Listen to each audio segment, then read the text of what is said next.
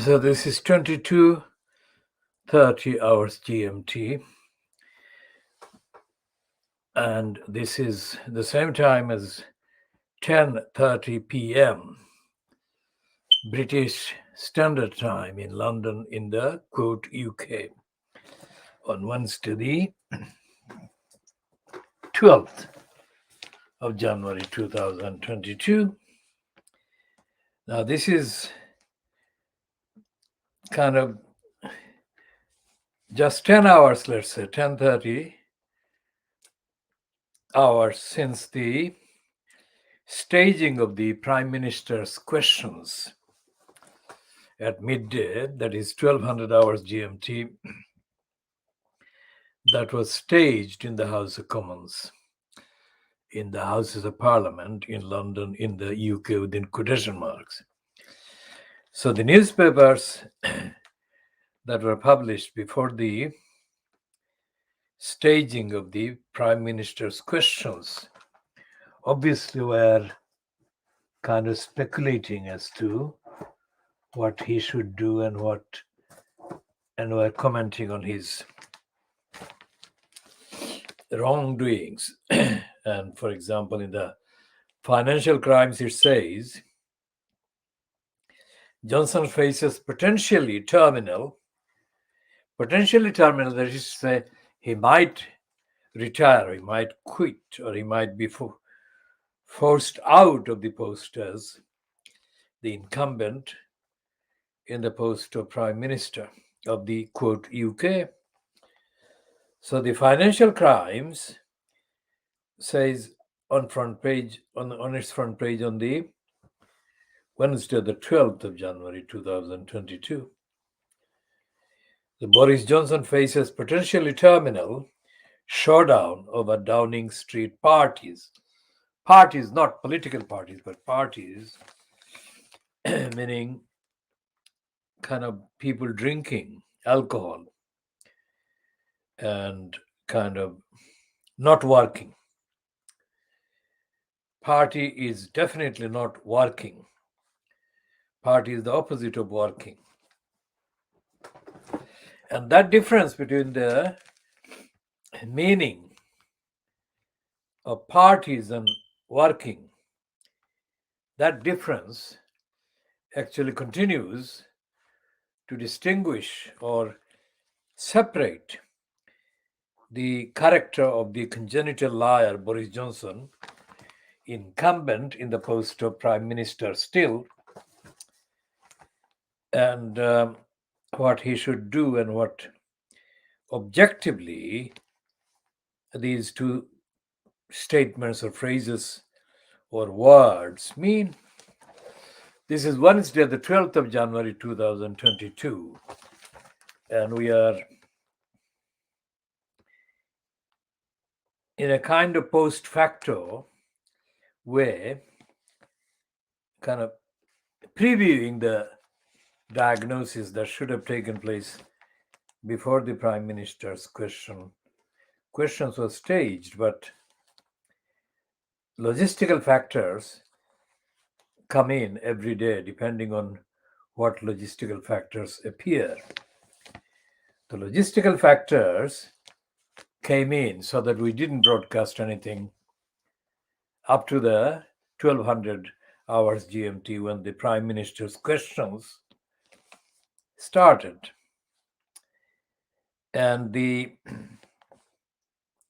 main evidence of the lying, the latest set of lies by Boris Johnson, as admitted by Fleet Street, because they don't admit most of the lies as having taken place, as having been perpetrated by the congenital liar, Boris Johnson. A congenital liar is the phrase devised by Sylvie Bermann.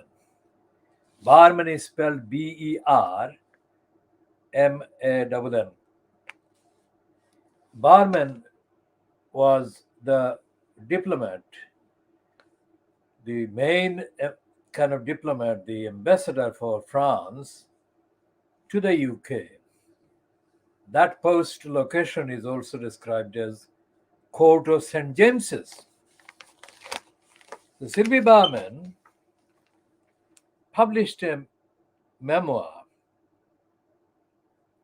focusing on her time in the UK, Britannia. And in that book, she described various things that she had witnessed in the behavior of Boris Johnson, which to her amounted to and constituted sufficient evidence for her to call him a congenital liar. Now, this is the phrase that we have been using as part of the diagnostic analysis in every edition, because it is so factual. It is so factual, meaning that a French ambassador, or any ambassador from any country that has diplomatic kind of relationship with the UK, would be a better placed witness than the various cabals of MPs, ministers, and the other MPs, that is the members of parliament that don't belong to the quote Conservative Party, which is in the common parlance the ruling party in the UK. So we'll come to the details of the Prime Minister's questions, and we shall diagnose that ahead of the contents of the papers, Fleet Street papers, dated the 13th of January 2022, on Thursday, following the Prime Minister's questions, the editions of Fleet Street papers being printed following the staging of the Prime Minister's questions, or PMQs, that took place at 1200 hours GMT today, Wednesday, 12th of January 2022. So we are diagnosing the Fleet Street papers in context, which means that we are also taking into account things that are not in the papers dated Wednesday, the 12th of January 2022, and things that would be in the papers of Thursday, the 13th of January 2022. And most importantly, things that will be left out of the papers. Because although there will be technical references to the kind of staging of the Prime Minister's questions, the truth will not be published in Fleet Street papers. For example, the truth even of the questions put to Boris Johnson by the kind of shadow Prime Minister, let's say the opposition person who is the leader of the politically murdered Labour Party and the political murderer of the Labour Party, Keir Starmer. What Keir Starmer had been kind of promoted as in the hours before the actual PMQs were staged, for example, on the BBC, and a woman called the BBC's political correspondent or chief political correspondent, Vicky Young. Vicky is spelled Bivicki, not Vicky. So Vicky Young, moments before the PMQs began being live streamed on the BBC television channels,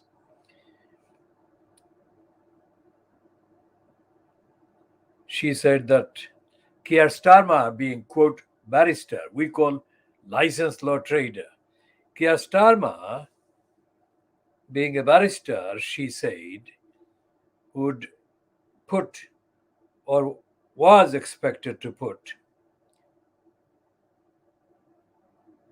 forensic questions to Boris Johnson about his lying and his, well, the parties, the party gate, and other falsehood and misleading statements and denials that Boris Johnson had perpetrated up to yesterday, which is Tuesday, because on Tuesday, the 11th of January 2022, there were speeches by some members of the parliament. The most highly profiled and highly widely reported one, short speech, but it was the widest kind of reported speech by a Northern Irish member of parliament belonging to the DUP. So something to D is Democratic and E is Ulster. Ulster is the Northern Ireland political name, and his name is Jim Shannon. Now, Jim Shannon had spoke only very short, kind of few minutes, in which he broke down, and he broke down because he was overcome with sadness, emotion, and traumatizing experience of having to relive the fact that his wife's mother, his mother-in-law, died alone. So Jim Shannon's wife's mother, his mother-in-law, had died alone. And the central reason for that being the compliance by his family, his wife's mother's family, complying with the rules about COVID and maintaining distance. And many hundreds, thousands of people right across the UK have heartbreaking accounts and memories about how their loved ones had to be kind of given the farewell by the bereaved, but from a distance, because they couldn't be near them, near their bed, because of the distance rule. And when Jim Shannon spoke, of course, there was absolute silence as he spoke. Silence by the MPs who were present. Most Conservatives weren't present, but the Labour Party is in quotation marks, because politically we consider Keir Starmer as politically murdered the Labour Party. But there are MPs who carry the name Labour in their descriptions, in their introductions, their identities. So there was absolute silence when Jim Shannon spoke. And then other MPs spoke, including a Labour member of Parliament from the north of England. And this one was Afzal.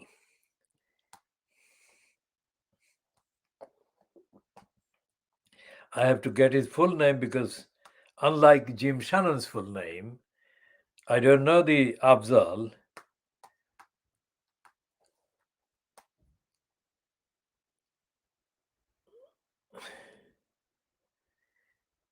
Is it Afzal Khan who spoke as well during the discussion on the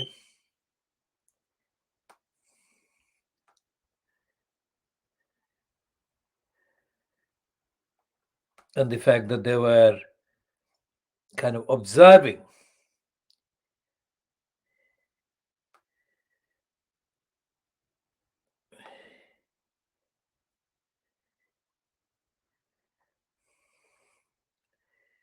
because they were observing the distance rule. And here is the reference to Afzal Khan. It is Afzal Khan. I knew his Afzal part of the name, but I didn't know his second name, which is Khan. And what Afzal Khan said in his speech was as heartbreaking. This is the moment he said, Lever MB Afzal Khan said, my beloved mom died of COVID in March 2020. She died alone in hospital while I sat in the car outside, trying to be as close to her as I could. Now that is the heartbreaking kind of example of heartbreaking memories that MPs kind of shared with other MPs in the House of Commons yesterday. And they were doing that to illustrate the defiance of the very rules that these heartbroken people, MPs, were observing. Those very rules were being broken brazenly by Boris Johnson and his party goers at number 10 Downing Street. And that is what preceded today's, that is Wednesday's Prime Minister's questions. Now, as I said, I'd discuss the actual PMQs, that is the questions. And the questions were all the questions at Prime Minister's questions. There are 6 allocated questions, 6 separate questions that the leader of the opposition is given as part of the arrangement going for some time. But contrary to what Vicky Young said ahead of the PMQ starting a few minutes later, that Keir Starmer was a barrister, she said, and I'm quoting her, not acknowledging that term barrister, because I think barristers are licensed law traders.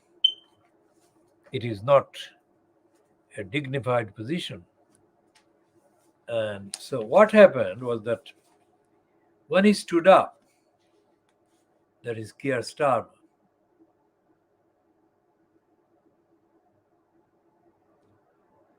Keir Starmer was overhyped by Vicky Young because she did not have to say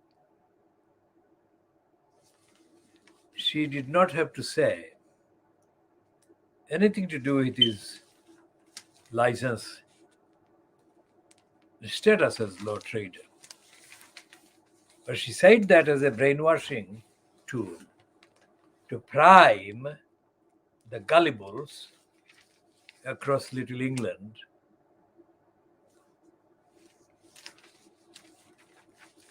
that his being a, quote, barrister contained in that description evidence that he was going to be rigorous, ethical, moral, intellectual, democratic, and so on. When Keir Starmer did use his 6 allocated separate questions, he didn't deliver rigor. He didn't deliver courage, intellect, ethics, morality, originality. He didn't deliver anything. Not even the kind of things that the Daily Mail, which has been a persistent Becca, said on the front page, which is the party over for Johnson? What Keir Starmer did was kind of deliver a jobbing kind of performance, jobbing 6 questions. And this is what he did.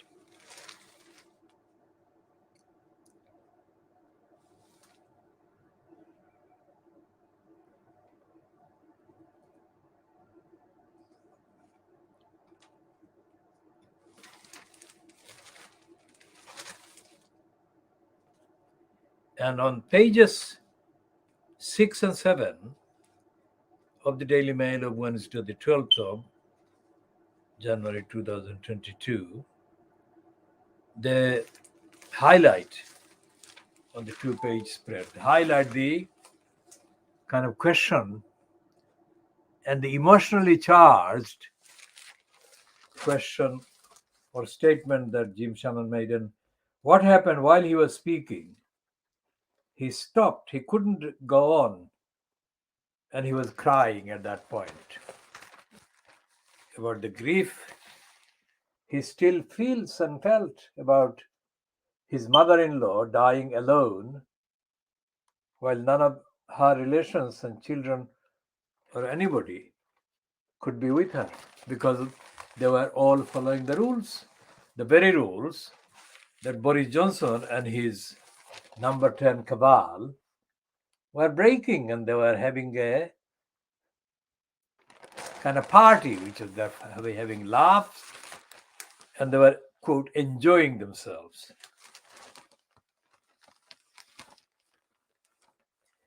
And on the pages next to that, pages 8 and 9 are the pieces. One is by Sue Reed. Sue Reed is a long-standing racist, anti-migrant, quote, journalist in the Daily Mail.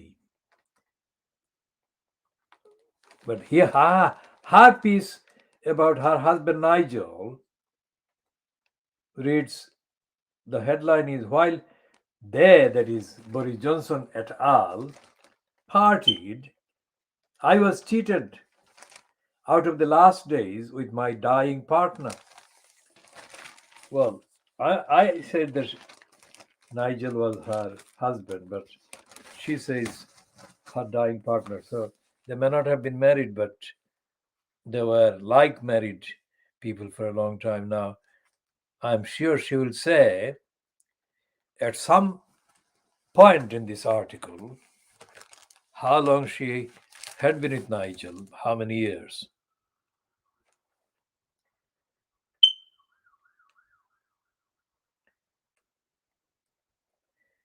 And she describes how Nigel was mistreated by the nurse. Now we'll talk about the kind of two lines of propaganda around the words NHS and all the NHS workers, mainly focusing on the work of the nurses. And we shall then talk about the theme of the NHS being destroyed by the Conservative government, so-called, fronted by Boris Johnson and his cabal. Okay, so let's read some of Sue Reed's pieces. Reed is spelled R-E-I-D, not R-E-A-D. My most precious possession is the birthday card my partner Nigel gave me as he was dying. That's the first sentence. I keep it close by my bedside and blow a kiss to it every morning. Nigel gave me the card with a message inside on the afternoon of May the 20th, 2020, a glorious spring day. That was the sunny evening of the Downing Street garden party, where mask-free guests mingled from 6 p.m. to share bottles of bring your own wine. The tables, no doubt, were being set up for that illicit soiree. Soiree is an evening gathering of drinking and enjoying, etc. When Nigel and I met in the lobby of a private North London hospital, where he was being treated. The COVID rules were draconian. Both of us were masked to the hilt, and I even donned an old pair of large purple sunglasses to avoid catching the virus through my eyes or passing it to Nigel. Now, the memory of that dreadfully sad day seems even more cruel. How angry it has made me to think of myself and Nigel, who used to play tennis with Boris Johnson and considered himself a fan of the Prime Minister, were taken for fools by the government. Every painful memory of the birthday visit has come flooding back to me with renewed agony as more details emerge of how those who ran the country, she's meaning Boris Johnson and his cabal, during the pandemic, that was the first year of the pandemic, that is 2020,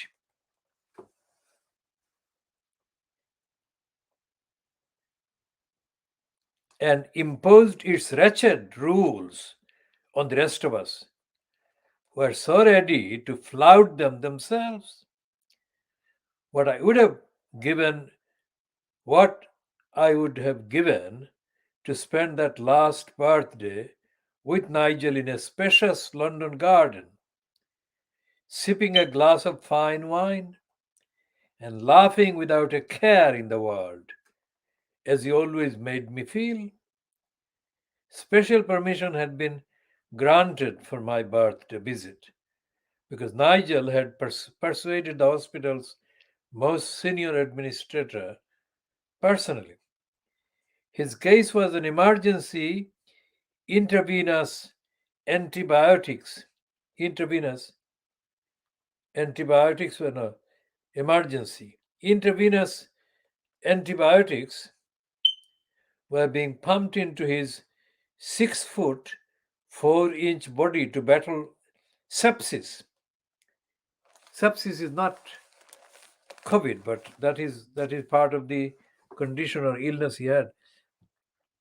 It was thought he'd become infected through his chemo port during 4 months of grueling medical treatment. I was so excited to see him, but he was clearly a weakened soul. I had brought a small picnic to try to make it an occasion, but the ever polite Nigel struggled to touch it. He had lost stones in weight. His trousers were falling off. His face was sunken, his skin so pale. As I looked into his brown eyes, I was terrified at his deterioration. But I didn't want to frighten him by saying that out loud. At one stage, my gaze wandered over Nigel's head as he sat forlornly in a chair in the lobby. A delivery man walked in from the road outside, and waited with a parcel outside the lift a few feet from us. He was wearing a mask, and I was so enraged I took a photo of him on my phone.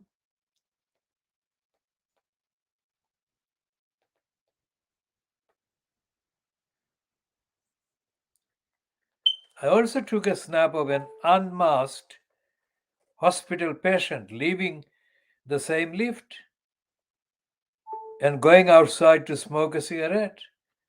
There wasn't a glance or a rebuke from the hospital's reception desk.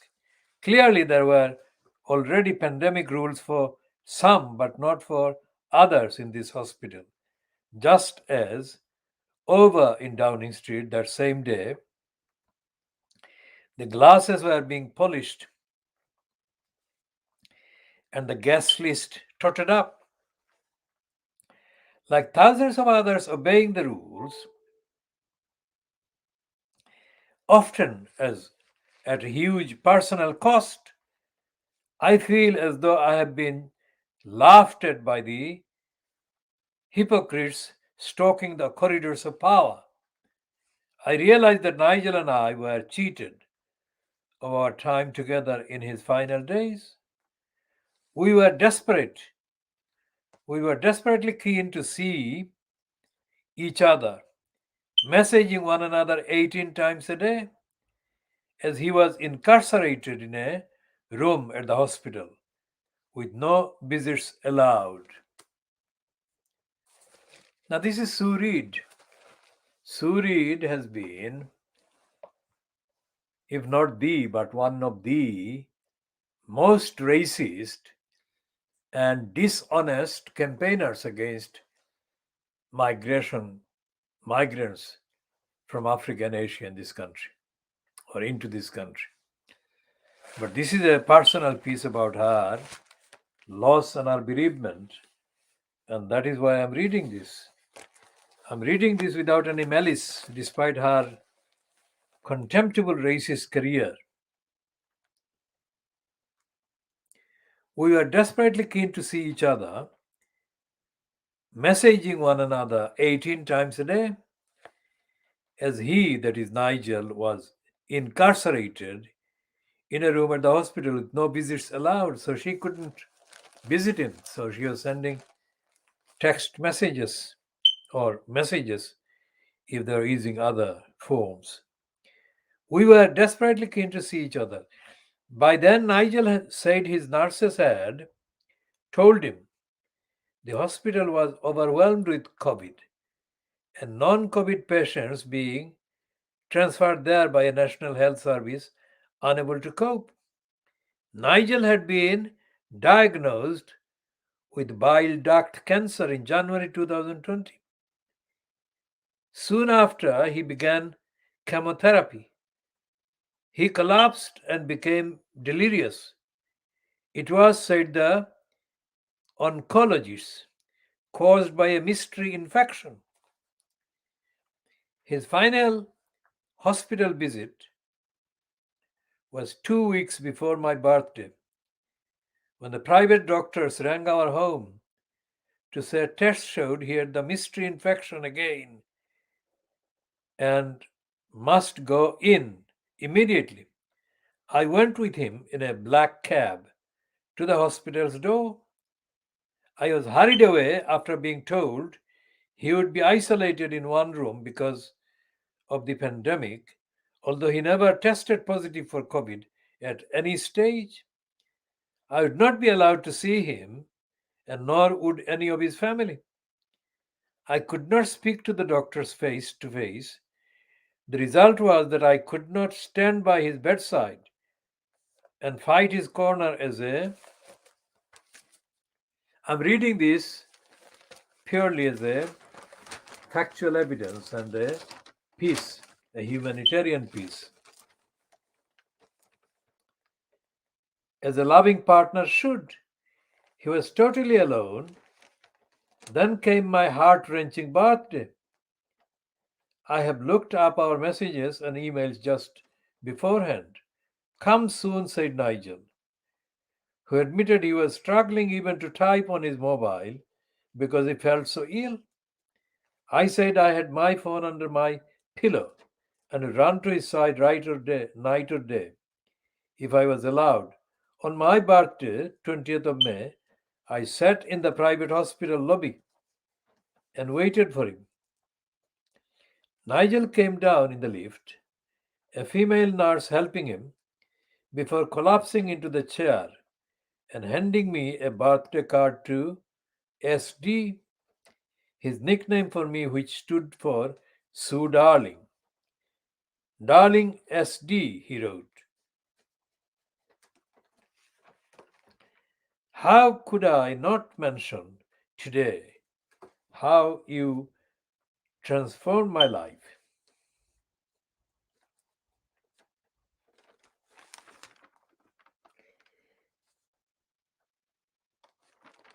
And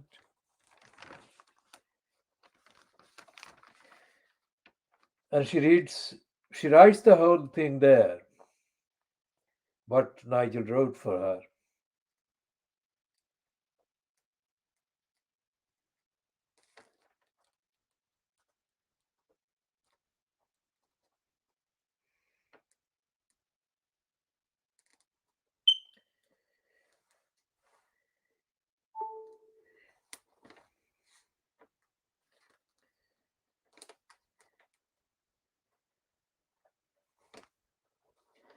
And she said that she held him for a second. And just as I did so, that jolly evening party, that is, the party she's referring to is the one that was being held in the number 10 Downing Street. That jolly evening party was beginning only a few miles away, attended by those men and women who had made Nigel and I so terrified of touching when he was already so near to death. 7 days later, Nigel was sent home.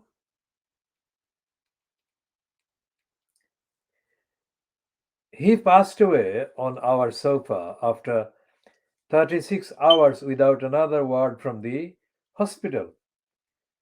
We held each other beforehand as my birthday card with Nigel's beautiful, endearing message to me rested on the mantelpiece. And those treasured moments are something the suspected rule breakers of number 10, Downing Street, she means, can never take away from us, however contemptible their own behavior. Now, this television channel, which is broadcast only on the internet, not on the satellite, not on the terrestrial nor cable networks platforms. But of course, this is a television broadcast, and anyone can actually access this. And we call this edition, and we've been calling the editions, although they are Khoodeelaar television channel broadcasts, we're calling them thematically as BabyAngelGeronimo editions. That is to say, that's the banner, the main banner under which we are broadcasting. What we are doing in continuing with the world exclusive diagnosis of Fleet Street is highlighting, focusing on, and factually updating on the regime that Boris Johnson embodies and represents and typifies and fronts. The regime, the cabal that Boris Johnson actually embodies, typifies, represents in the technical sense, not in the ethical, moral sense. And Boris Johnson and the rest of the cabal have done things to the thousands, hundreds of thousands of people during the pandemic kind of lockdown, social distancing, and the complete ban on the kind of meeting of people, very seriously ill people and their loved ones and their members of their families. That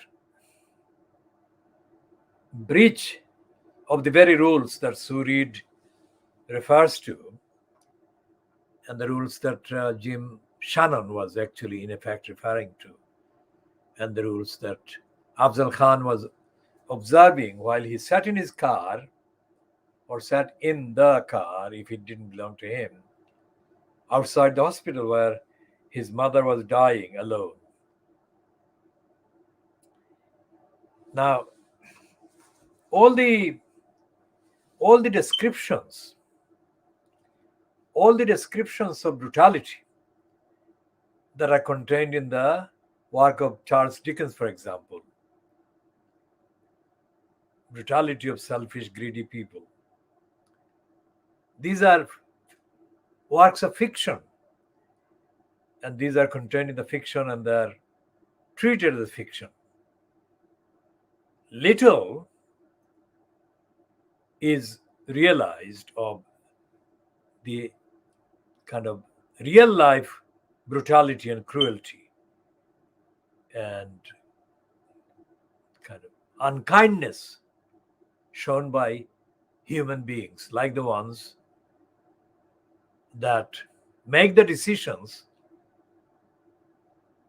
to harm a perfectly innocent being.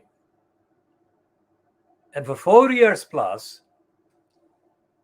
the department called DEFRA, which is part of the UK central government departments, conspired to do severe damage and harm to the perfectly healthy, beautiful baby angel Geronimo. So the baby angel Geronimo has been witnessing for years the complete, utter, absolute depth of cruelty and criminality and heartlessness and remorselessness shown by serial liars, congenital liars, and criminals occupying the positions which they abuse to tell lies, conceived lies against innocent targets whom they want to cause severe, indescribable pain and harm and hurt. Those are the kind of detailed plan and purpose that for years the criminals at the DEFRA have been confecting against the perfectly innocent, perfectly healthy baby angel Geronimo. That is why we have chosen baby angel Geronimo as the world's best witness, the most ethical witness, and the most moral witness of the cruelties and criminalities, of the evil doing, wrongdoing, intentional wrongdoing and criminality and law breaking by Boris Johnson and his cabal, because Boris Johnson has aided and has been aiding and abetting the depraved criminals at DEFRA. The frontier of the depraved criminals is, of course, George Injustice Eustace, aided internally by a woman described as the chief bat, called Christian Middlemiss. Miss is the word that I shall focus on and use as the central kind of evidence or evidential kind of description. She missed the truth. She missed the truth, and in the middle, she inserted the lies. That is middle miss. The center of the whole confection of lies and conspiracy and misstatements about baby angel Geronimo were, let's say, to be found in her name. Middle means she miss the middle, the center, the core, and she infected and inflicted her so-called professional series of poisonous lies, inventions against the most innocent baby angel Geronimo. So all the victims of Boris Johnson fronted cabal's abuse of their positions and their disregard of the truthful feelings of the targeted victims and obstructed people. All the evidence in terms of the actual corruption, criminality, lying can be found in what Baby Angel Geronimo has been witnessing. So that is why it is called Baby Angel Geronimo Editions. He is the leading witness to millions of lies that Boris Johnson fronted cabal has been perpetrating against innocent targets of the so-called rule, which he and hundreds of his fellow criminals and lawbreakers have been openly and brazenly, dishonestly breaking without any regard for the rules that the others have been forced under threat of penalty or penalties to observe. And in observing, those have been forced fascistically to be deprived of the last meetings and last opportunity to be with their dying loved ones. Cruelty of that kind, degeneration, depravity, and evil doing of that kind is something that must be exposed and opposed and diagnosed and described so that these are not repeated. All the ideas of justice and fairness and love have been taken away from the equation where it came to the rules having to be observed by the loved ones when their loved ones were being prevented from being seen and met by their closest relations at the last hours of their lives. And those rules that did that were being broken openly by Boris Johnson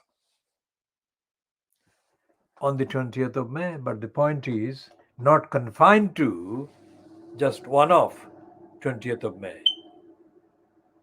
It went on all the time and it is still going on. So that is a description, updated description of why we call it Baby Angel Geronimo editions. We shall now turn to some of the things that Johnson, the congenital liar, spilled and spewed during the Prime Minister's questions on Wednesday the 12th. Wednesday the 12th of January 2022.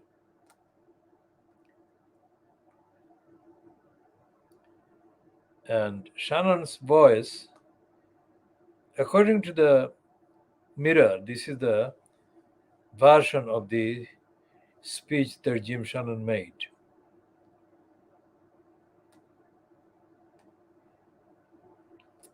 Jim Shannon said, in Northern Ireland, we reached the milestone of 3,000 deaths due to COVID just last week. 3,000 people who followed the rules, including my mother-in-law who died alone. Mr. Shannon's voice choked as he struggled through the rest of his question.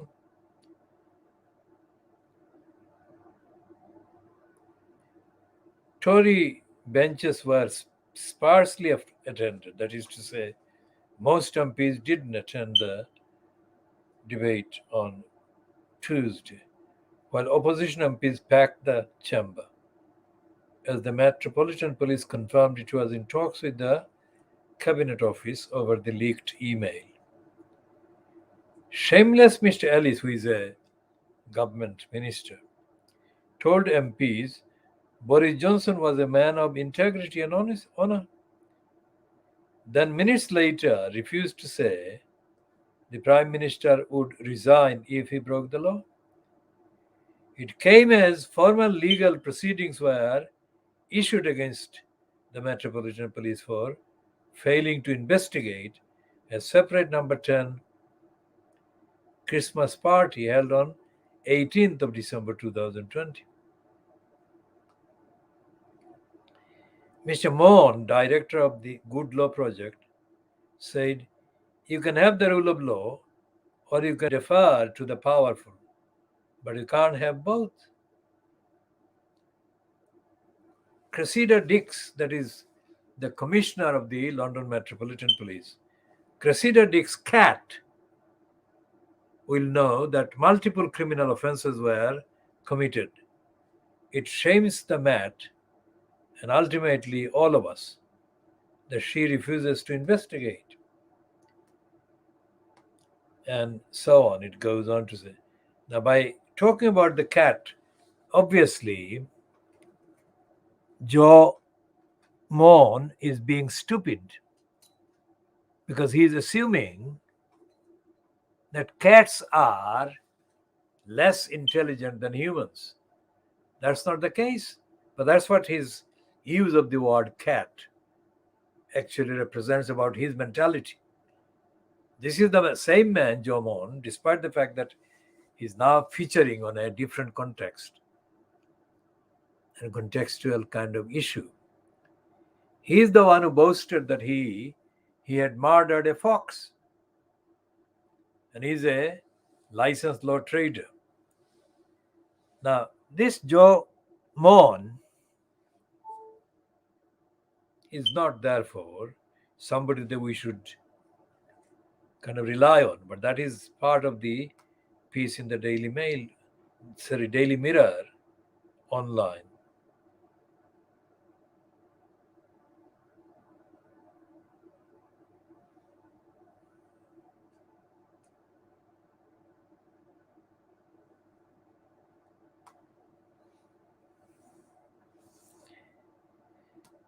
And there are other issues ongoing at the same time. We shall come to that section in a minute. Now, the Daily Mail of Wednesday, as we are saying, in addition to reporting about Sue Reed's partner Nigel, this is the main kind of item on page 8, the heading. Now, grieving families tell Boris, say sorry. And there are 3 columns. My mom died alone, aged 98. And it's an insult to my daughter. Ruby Fuller, 18, had to say her final goodbye to family via Zoom. The teenager pictured, now Ruby Fuller is pictured with a headscarf, 18-year-old girl. The teenager pictured had relapsed from blood cancer and died at home in Crystal Palace, South London, on 15th of May 2020, 5 days before the number 10 party. Number 10 party was on 20th of May. COVID restrictions meant she could only speak to her grandparents, cousins, and friends via video call before she passed away. Her mother, Emma Jones, said, "I feel upset, angry, and also stupid that we followed the rules so closely. It is just so incredibly insulting." And so these are the items that actually are included in the coverage of the lies by Boris Johnson published in the Daily Mail.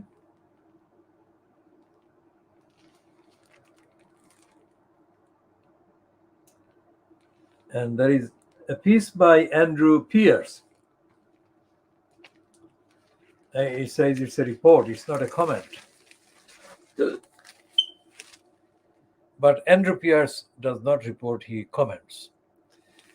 Andrew Pierce is the warmongering Tony Blair supporter and a fanatic promoter of the Brexiteering agenda.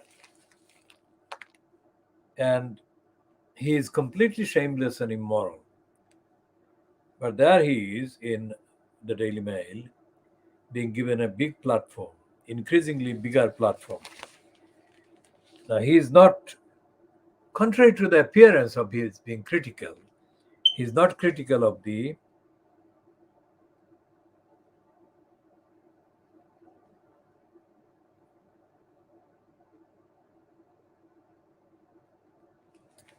so he's saying that Dominic Cummings is bitter, vengeful, obsessed, and is carrying a box of lethal secrets to kill off his old boss, that is Boris Johnson, and put Rishi Sunak in number 10 Downing Street. That's Andrew Pierce. Now that's Andrew Pierce. That is Andrew Pierce. Because of the reflection on the kind of paper from the light, there can be lack of visibility of the image, but there was Andrew Pierce. Now, what he's saying there is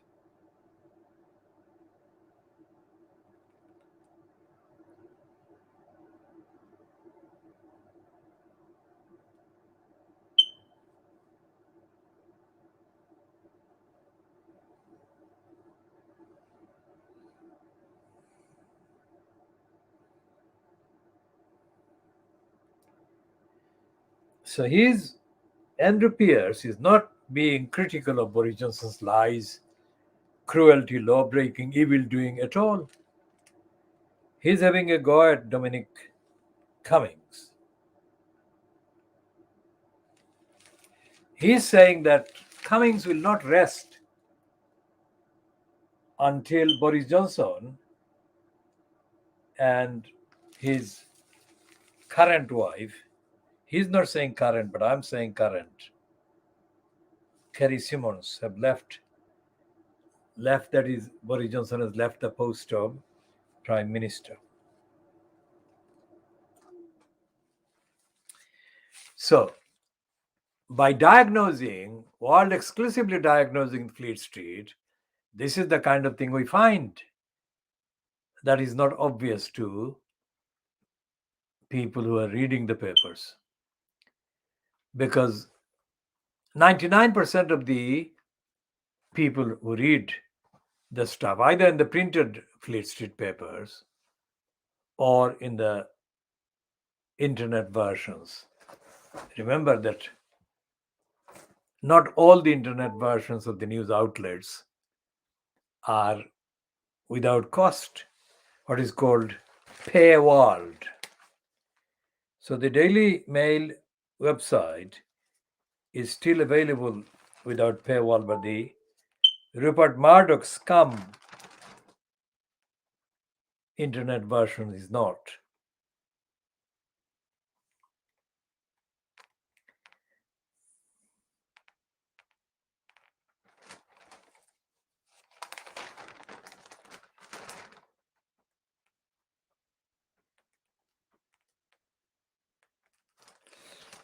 Now, there are so many things that Boris Johnson embodies, and so many, these are wrong things I'm talking about. So many things that Boris Johnson actually intentionally, perpetually, persistently commits that are wrong without any mitigating element to them. For example, one of the things that Boris Johnson has boasted about not far long ago, that he has said that greed is good. Greed is good. Now, greed is an evil. It's not good. It cannot be good. So, anyone who, like Boris Johnson, can openly, brazenly say that greed is good, then it must be presumed that they are immoral.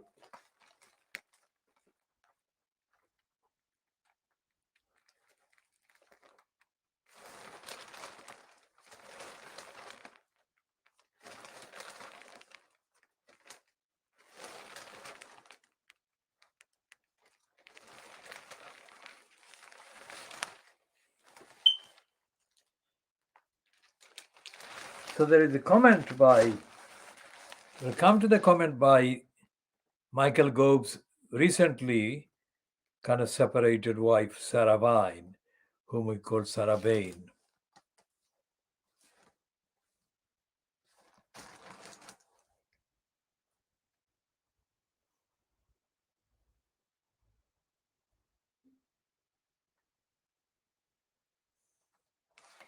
And this is a long piece, so-called editorial in the Daily Mail about Boris Johnson's dishonesty. And anyone who thinks that this is the headline that is actually critical of Boris Johnson and does represent critical line by the Daily Mail about Boris Johnson's dishonesty and heartless and cruelty and corruption needs to know that this is not true. Because beneath the headlines and beyond the headlines in the editorial, the Daily Mail remains servilely loyal to the serial liar Johnson. This editorial ends with this absolutely dishonest and corrupt paragraph. So often during the pandemic, the Prime Minister, that is Johnson, has got the big decisions right. He has not. And we can go on for hours detailing how Johnson has been getting it wrong on everything. But he has undoubtedly made mistakes.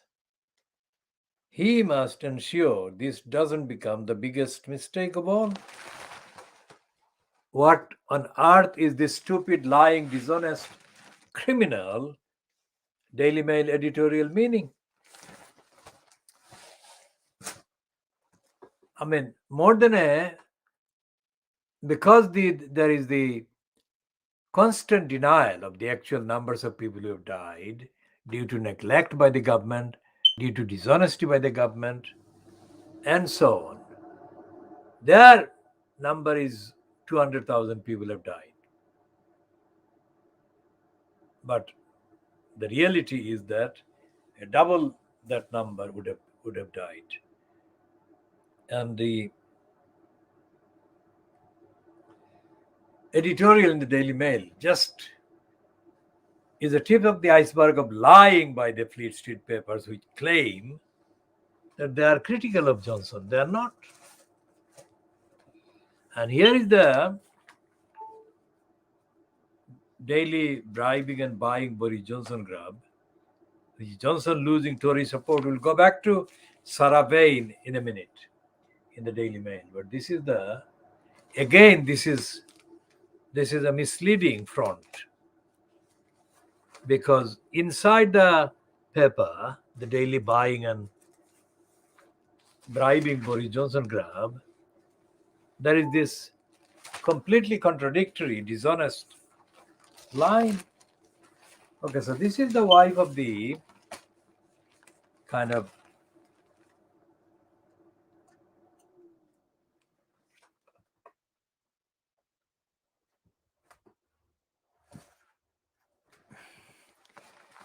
this is the wife of Michael Gove, who is the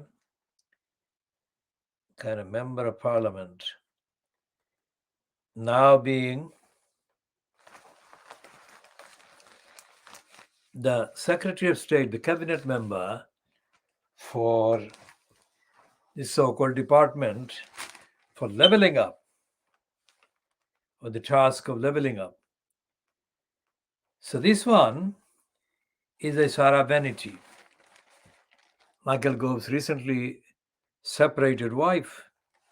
Some say she and Gove are more than separated. They have been divorced, but no confirmation can be found, at least not by us, anywhere publicly accessible. So let's say they're separated, that is for sure. But despite the fact that she separated from Gove and vice versa, the actual political content and the agenda that Sarah Vanity, supports remains unchanged. It's conservative, and to quote Angela Rayner's recent description, one-word description, scum.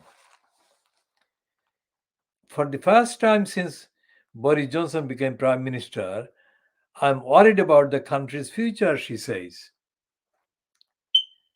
I am by no means a blind cheerleader of the government, she pretends. But nevertheless, I do believe it to be infinitely preferable to the hard left alternative, the current Labour front bench. Now, if she says that, and she means Keir Starmer as a hard left, then of course she is a worse liar and criminal than appears to be the case. There is no hard left in this country anywhere. Absolutely nowhere. So where did she find this hard left? So that is the diagnosis of Fleet Street. World exclusive original diagnosis by us of the liars of Fleet Street. And the Fleet Street liars, as I said about Sue Reed. Sue Reed, even after talking emotionally or writing emotionally about her partner Nigel, remains loyal to the criminal, Boris Johnson, and his cabal.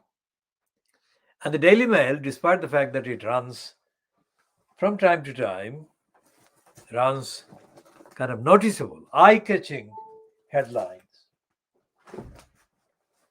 that innocent people, the gullibles reading these kind of headlines, front pages, may mistake as being genuine expressions of criticism of the corrupt, criminal, heartless, cruel, evil-doing Boris Johnson and his cabal.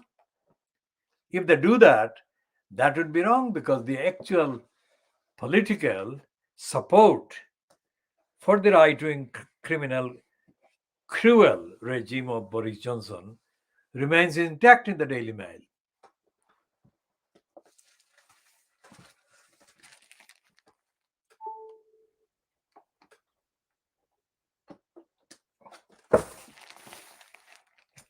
So this is the world exclusive diagnosis. That is what we diagnose and find in the diagnosis. That is Sarah Vanity. That vine we call vein, because of our career of lying. So she says current Labour front bench is hard left.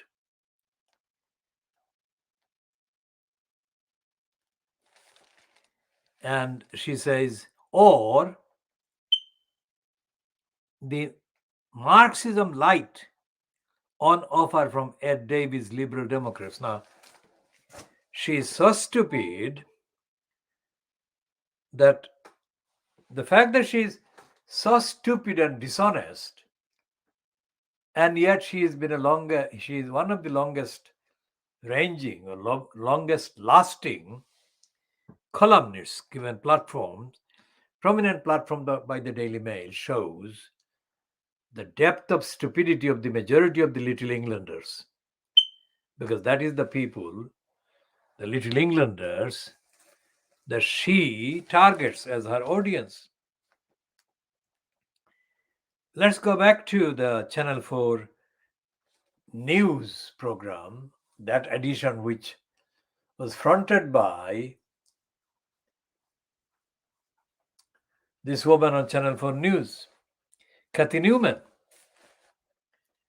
Cathy Newman is the kind of short person with probably an artificially blonde colored hair, but that's the one with the blonde hair, curly blonde hair.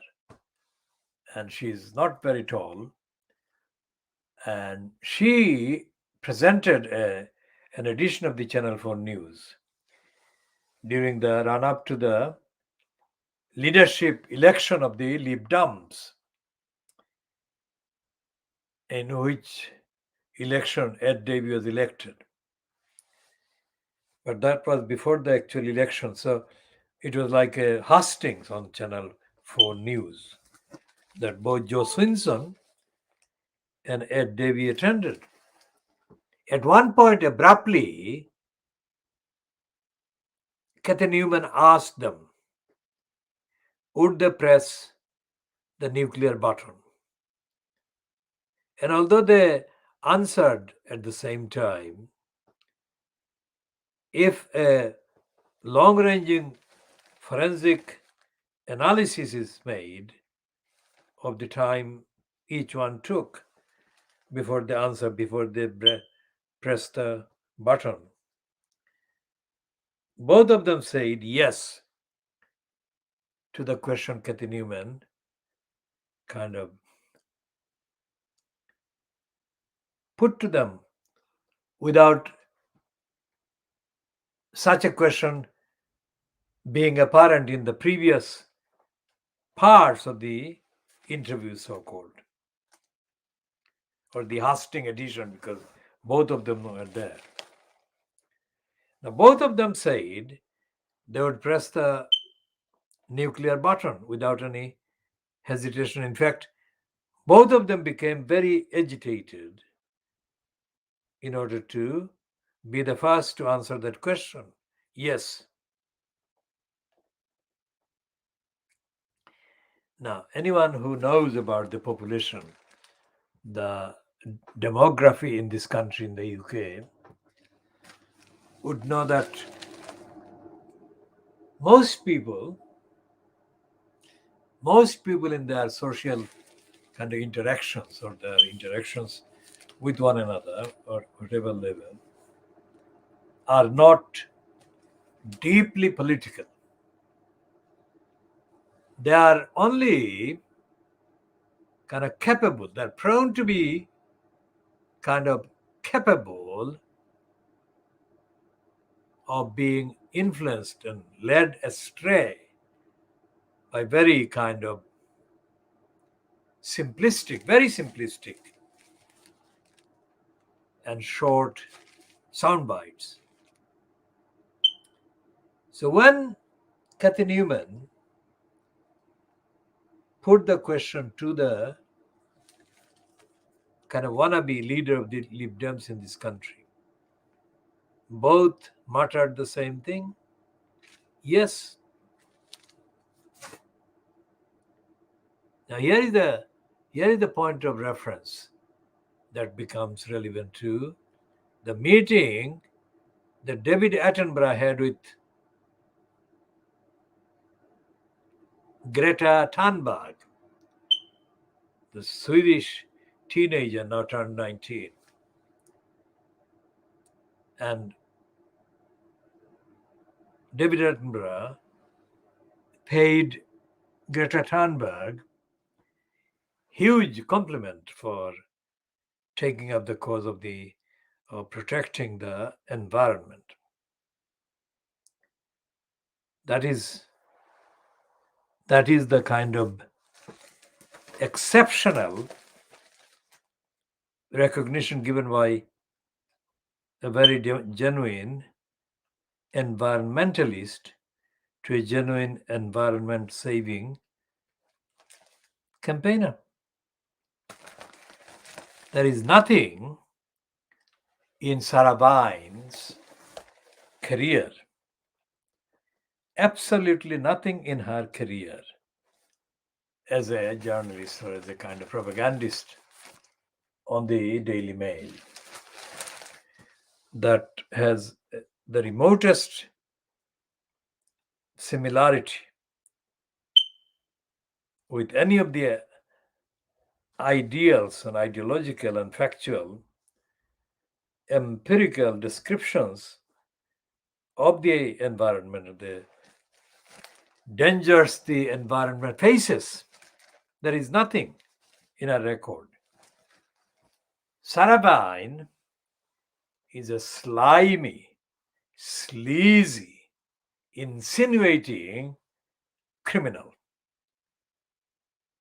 who should not be given any platform, let alone the very high platform that she gets given. Because what the Daily Mail doesn't do is publish the response of the people victimized by the lying, by the brainwashing. People who are caused to desperate kind of states of mind. In fact, many people reading the Daily Mail and the similar contents published by Katie Price and the other criminals that have been exposed by the Sunday Times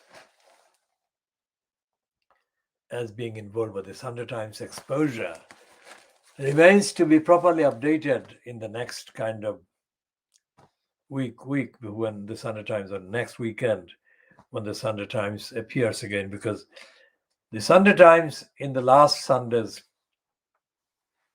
schedules, we didn't find a copy of it in the net, in the outlet where we buy the daily newspapers, and so therefore we did not go into the actual details in the inside pages of the Sunday Times last Sunday.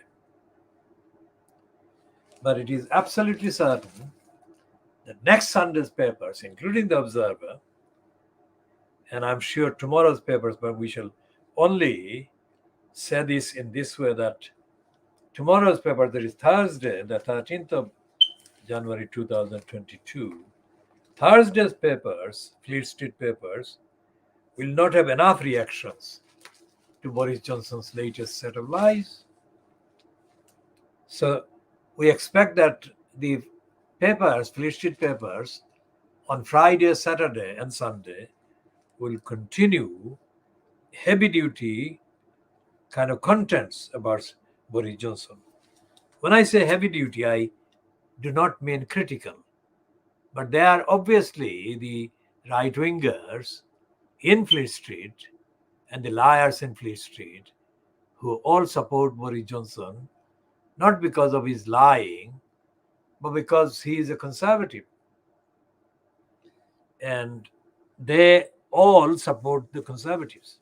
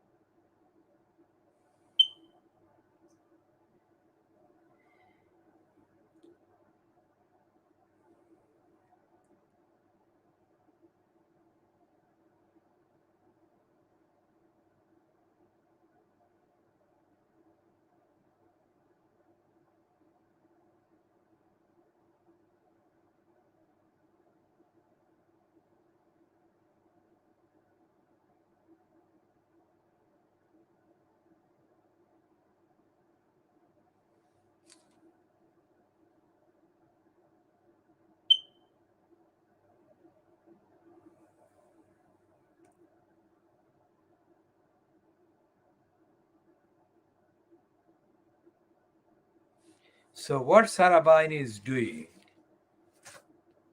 is not talking about the cruelty of Boris Johnson and his cabal and the illegality and the evil wrongdoing by Boris Johnson and his cabal, but that there were draconian rules in the first place. She's not saying that Boris Johnson behaved criminally, which he did. She's not saying Boris Johnson behaved in a criminally entitled way, which is fact. She's saying that it's the fault of the rules, not the fault of the rule breakers. Remember? It is Johnson and his cabal that have broken the rules, not the other people in the public, among the many.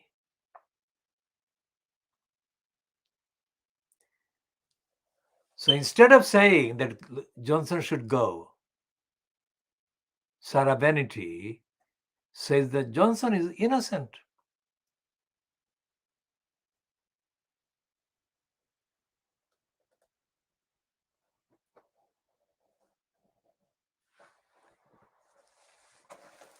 And so the line is there.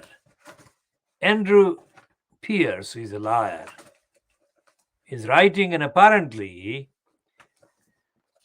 topically critical piece, but in fact it turns out that he is attacking Dominic Cummings. Not that we are holders of any brief for anyone, including Dominic Cummings.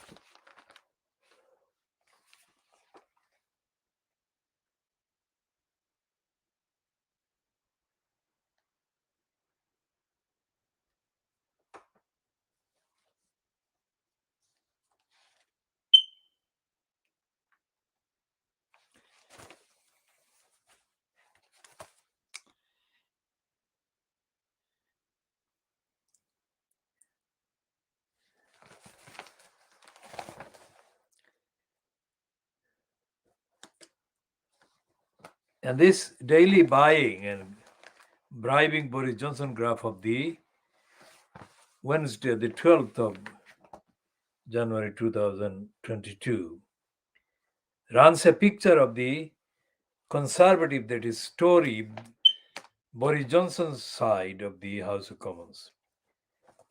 And sitting are 4 and standing is 1. So there are 5 Conservative MPs on their benches, which is hardly occupied. And the opposition benches are the ones that were very full yesterday.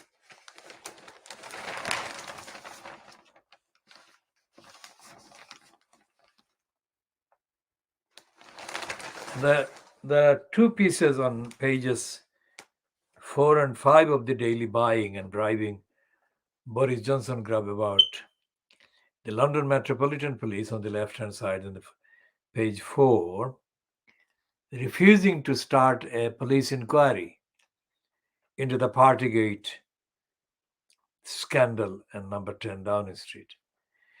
And on the next page is the heading to a piece, Johnson aide involved in another boozy gathering. Now, there is no way that any of the evidence available to him was even remotely kind of put by Starmer to Johnson today in the Prime Minister's questions. Because any competent look at the various lines of command and the various kind of steps of orders that travel within the number 10 Downing Street complex, every single item of political agenda or the agenda within the number 10 Downing Street is carried out, conducted by expressly noting among the staff that they are doing the same thing ideologically that the Prime Minister Boris Johnson would himself do.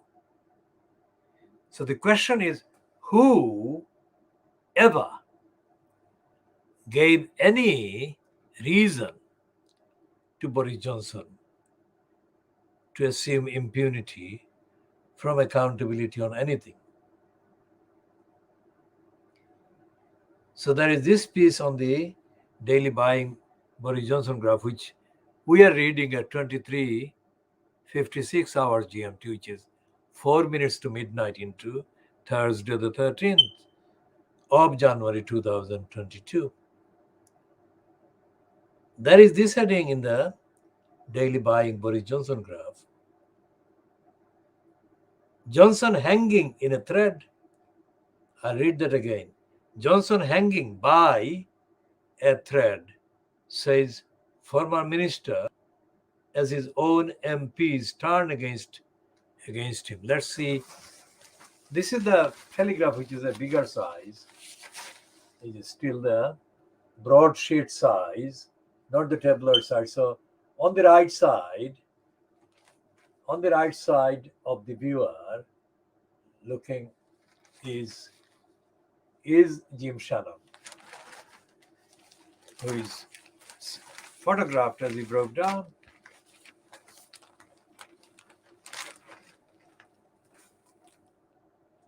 And this one on page 4 of the daily buying and bribing Boris Johnson graph, it says Metropolitan Police decline to launch Partygate inquiry.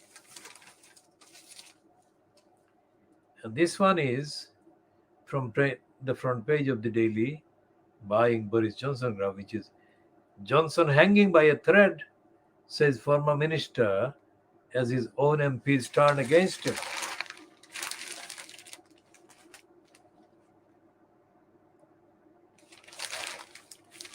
So this is the front page, which is Johnson losing Tory support.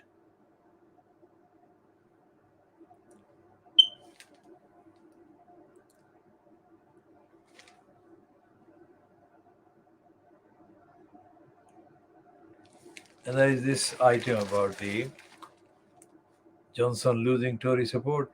Public backlash as polls find up to 66% think Boris Johnson should step down. So there was this universal unanimity among Fleet Street papers saying that Boris Johnson should go. So here are the ones that we'll be looking at. This one is the Financial Times. Again, this one is saying in the contents of this front page of the Financial Times, crimes which we are reading at 2 minutes to midnight, 23:58 hours GMT on Wednesday, the 12th of January 2022. And it says Johnson faces potentially terminal showdown over Downing Street parties. And again, under that heading, they're really watering down that heading. In effect, they're saying that the demand grows for him to apologize. Now, what Nonsense. Johnson's apology cannot bring back any of the lost, phenomenally important and emotional losses.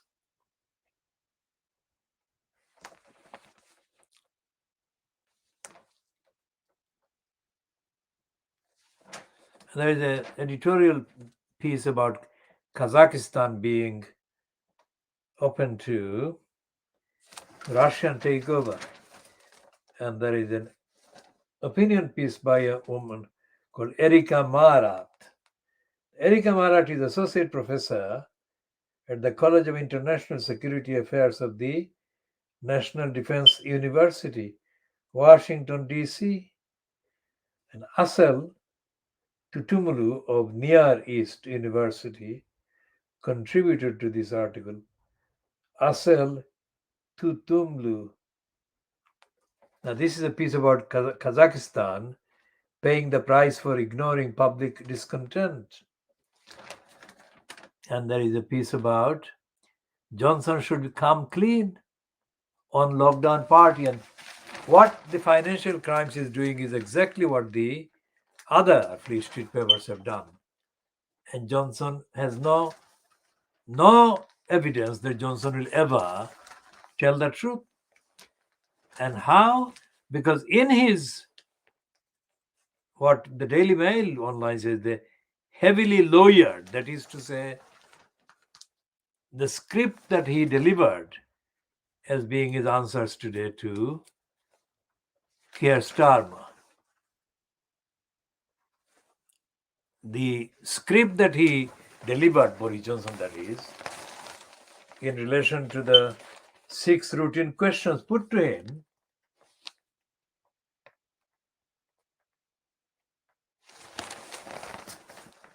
the script was completely lawyered, as the Daily Mail online said. And as it was lawyered, it was completely full of lies. Now, the fact that Boris Johnson is a proven congenital liar means that anything he delivered didn't have to be lawyered. Why? Because if it is true that no rules are broken,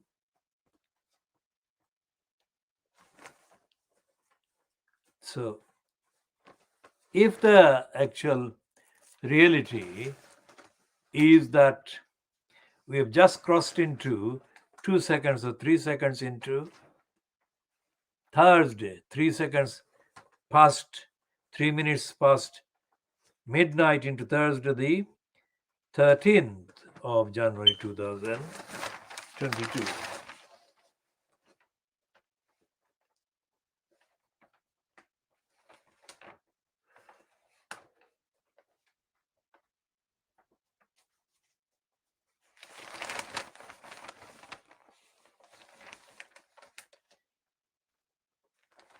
And there is this piece about healthcare. The heading on page 2 is, it's a piece by Daniel Thomas. Welcome trust to boost research on vaccines. The main reason is as virus lingers. Now, one of the first things that we said when we started these broadcasts about 2 years ago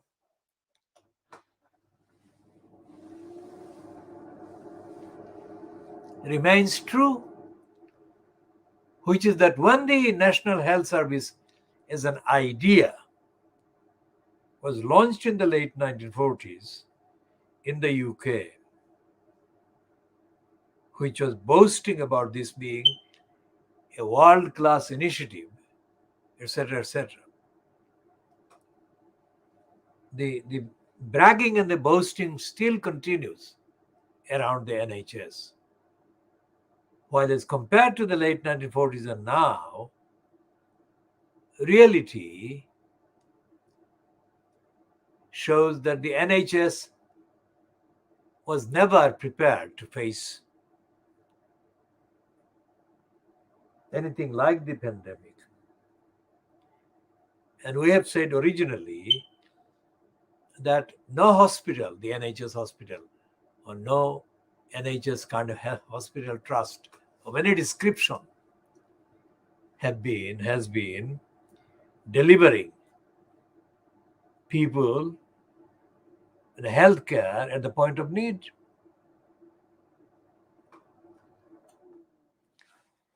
That is staggering. So no newspaper in Fleet Street has said what we have been saying, and we shall continue to update on what we have said just now again, and we shall continue to ask the question: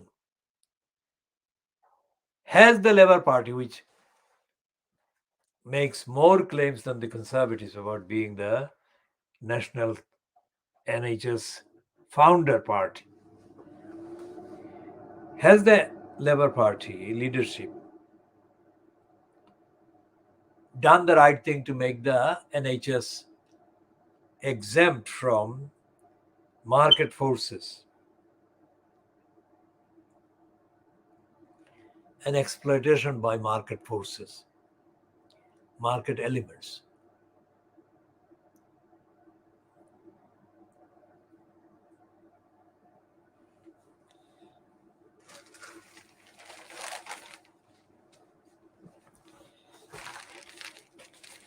And the Financial Crimes saying that Johnson should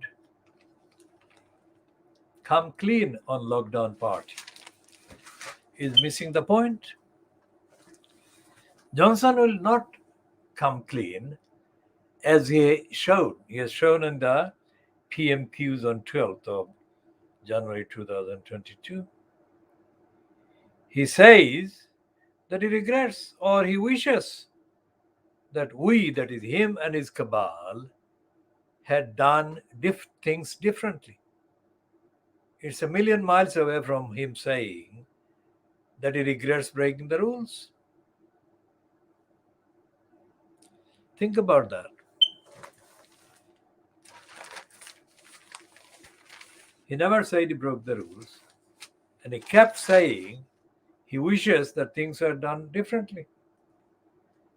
What a stupid presumption that he thinks that the people he was addressing, both in the parliament and by the media, of course, the rest of the country, would be fooled by this stupid linguistic dishonesty.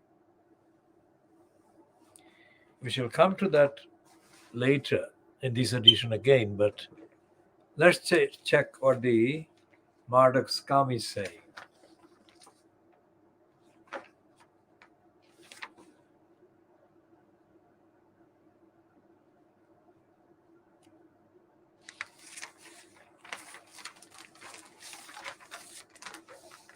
So this is the 4-page advertisement by Sainsbury's on this scum. This must be worth millions of pounds that Sainsbury is spending on the advertisement. Not just scum, but other papers are wrapped around by this advertisement. 4 pages, which is a lot of money.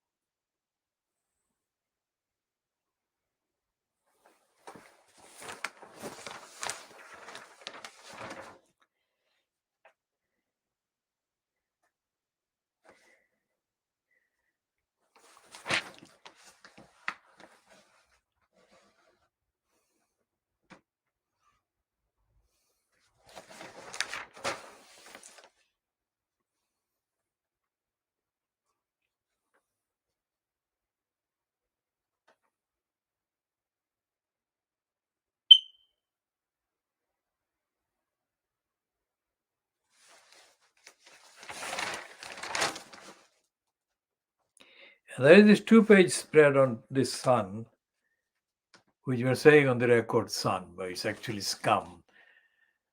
Garden Partygate, crisis engulfs Downing Street, sort it out or go, Bojo.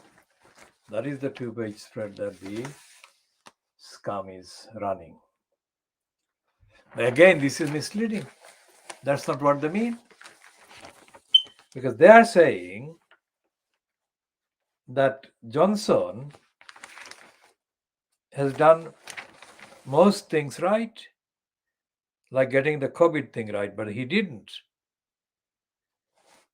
Anyway, in the following pages 6 and 7, Jim Shannon is given the main space and also a quotation attributed to Afzal Khan. My mom died alone in hospital while I sat in the car outside. There's Afzal Khan, the MP, who obeyed the rules and heartbreakingly sat in the car outside the hospital, and his mom died alone without him being allowed to see her.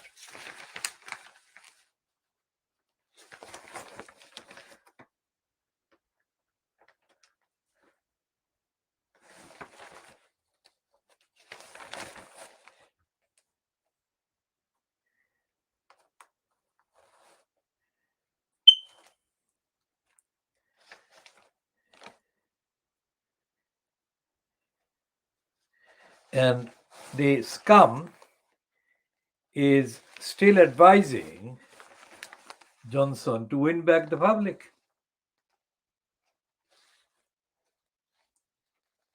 They're not asking him to resign. They're saying he should do something to win back the public.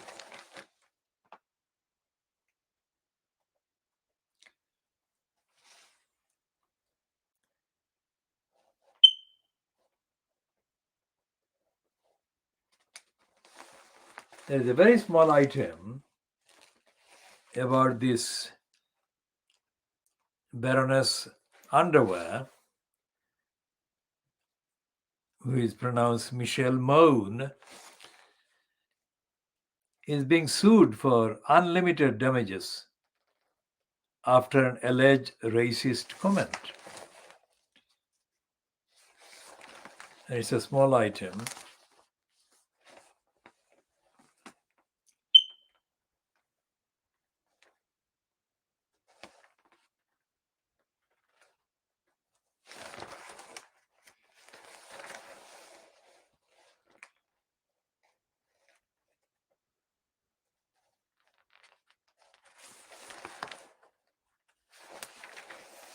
And the criminal who is in jail for quite a few years for the acid attack in Hackney was kind of pictured with a so-called new girlfriend after he was ditched by, apparently, his actress wife. Now that Instagram account, this scum says, has vanished.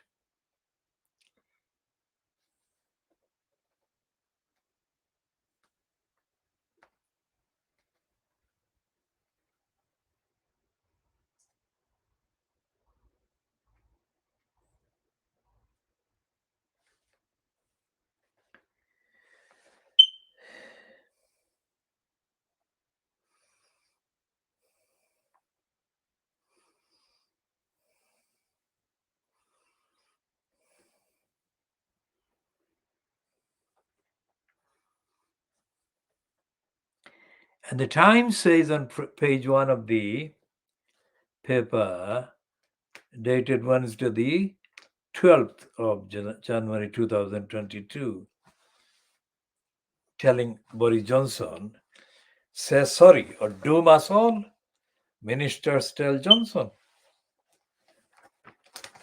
That is false, because him saying sorry won't bring back any of the people. So what Johnson needs is not to be made to say sorry,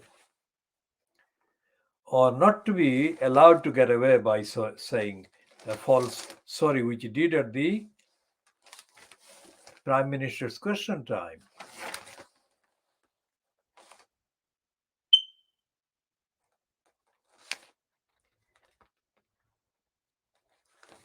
We shall come to that again shortly.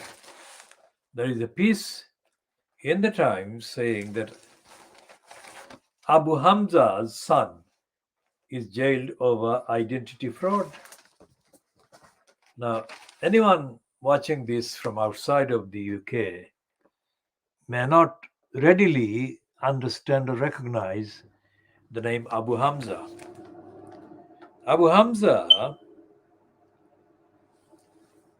as part of our world exclusive diagnosis of the behavior of the Muslim so-called leaders in the UK, we assert that Abu Hamza was an absolute idiot, tactically absolute idiot from the start.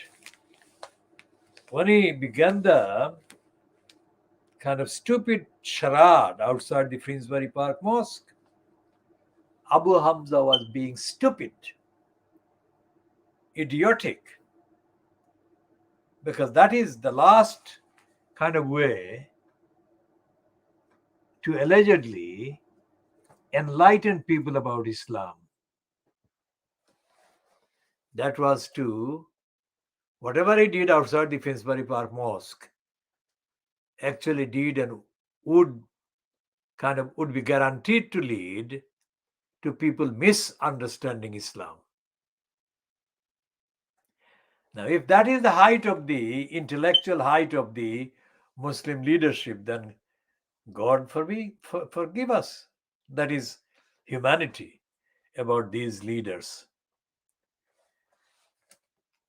So you can look up Abu Hamza and you can find much more content about various things that he has been associated with.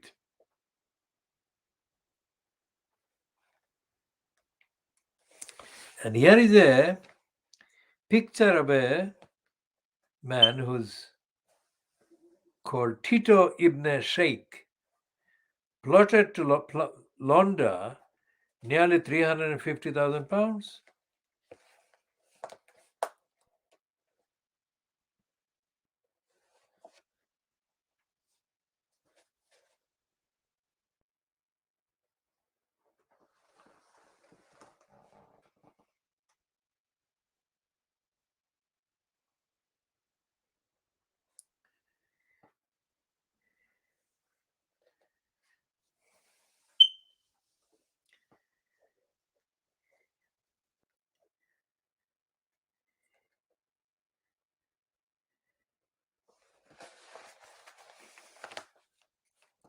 Now here is the prosecution kind of person involved in the prosecution of Abu Hamza's son Tito. And this prosecution person is reported by the Times as saying, well, his name is Russell Tyner. So I'll read the whole paragraph. Russell Tyner of the Crown Prosecution Service. I'll read it again. Russell Tyner of the Crown Prosecution Service's Organized Crime Division said, Ibn Sheikh was perfectly willing to bank and move large amounts of stolen money. The number of passports and other ID showed he was more than just a neutral recipient of the cash. He was an active and willing participant in the conspiracy, and he had the ability and means to create false accounts to launder cash. In that paragraph, there are several references to bank. Now, that shows, if that is true, that there are banks that allow criminals and launderers, individuals and gangs to open bank accounts, then that is proof, conclusive proof, that the banks in this country are engaged in theft and criminality, and that banking has a right to use the banks for cash and checks or whatever financial transactions that is. Now, the experience that our movement has witnessed and continues to witness shows the opposite, that bank accounts are not allowed to the many. So the fact that criminals can get any number of bank accounts without any problem shows that criminals are doing business through the banks, and the banks are therefore fronts of the operations of the criminals. UK banks are effectively engaged in theft, laundering, and so on.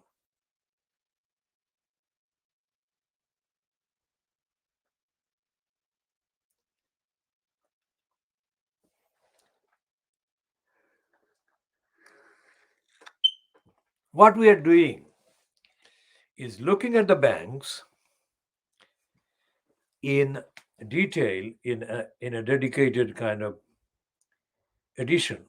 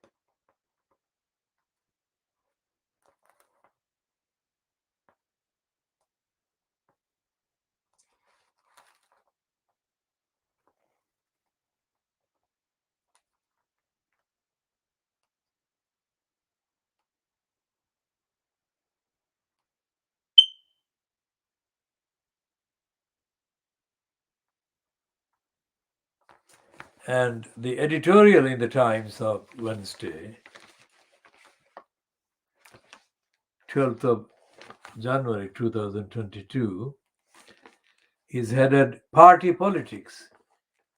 And the subheading, that is a description of the heading, says successive breaches of lockdown by government officials demonstrate a shameful disregard for public duty. A diminished Prime Minister must now give direct answers. Again, the Times is lying. It sounds that the Times did this editorial, sounds like the Times is critical of the law breaking by Boris Johnson, but they make it clear that they are not referring to Boris Johnson.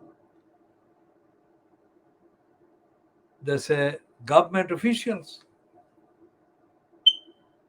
Now, how does that lead to the conclusion that the breaches have diminished the Prime Minister, who therefore must now give direct answers?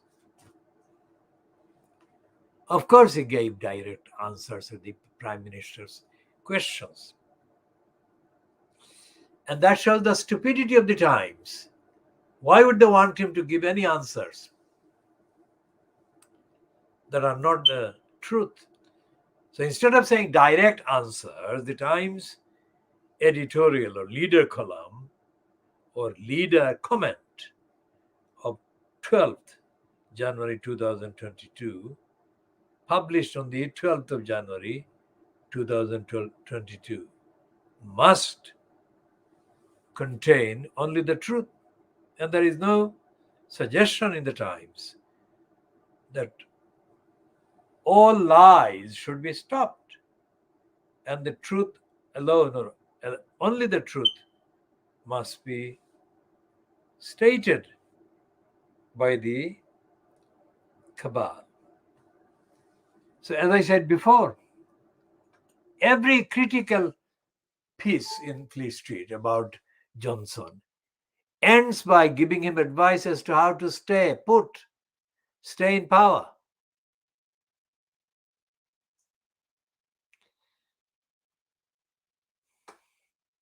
This is not something that should be allowed.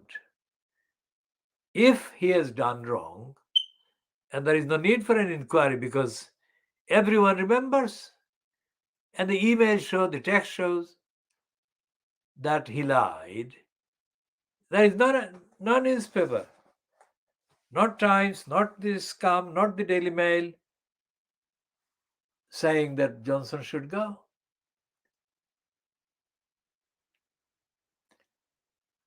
Why are they doing this? Why are they reluctant to say that Johnson should resign?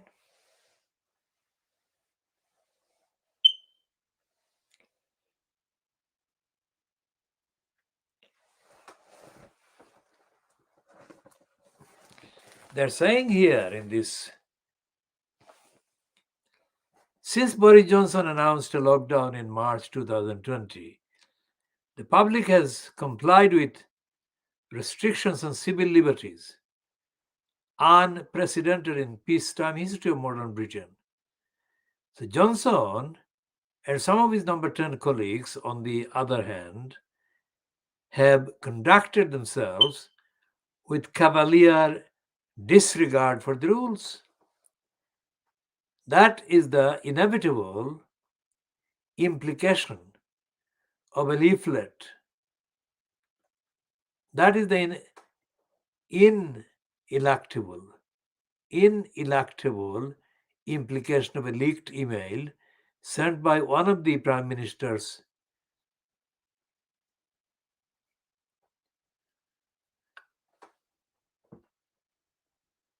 So let's read that. That is the ineluctable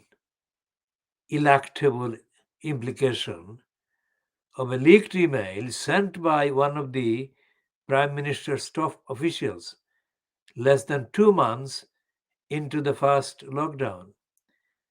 At that stage of the pandemic, people in England were limited to meetings in the open air only.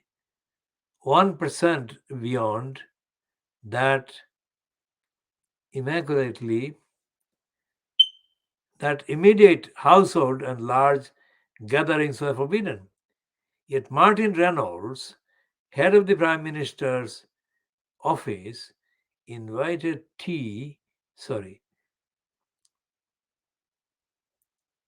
head of the Prime Minister's private office, invited more than 100 Downing Street staff.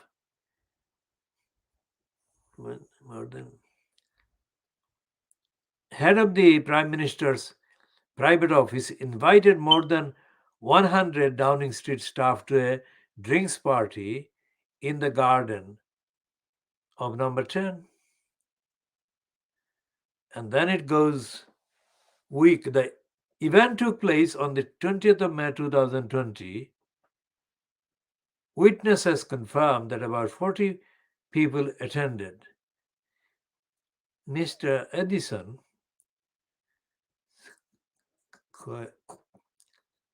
Mr. Reynolds, Conservative MPs had the luckless task yesterday of applying the most polished patina they could to these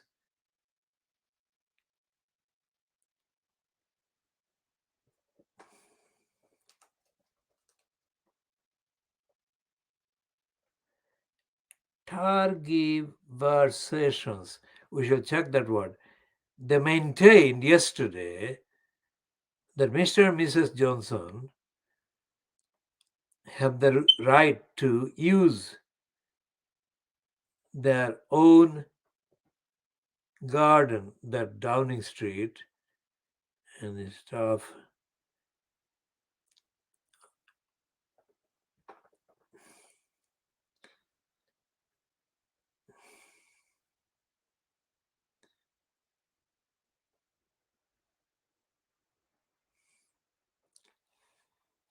So what this Times editorial is saying is exactly what we have said the other Fleet Street papers are saying. They are not criticizing Johnson, and they're most certainly not demanding his removal from the office.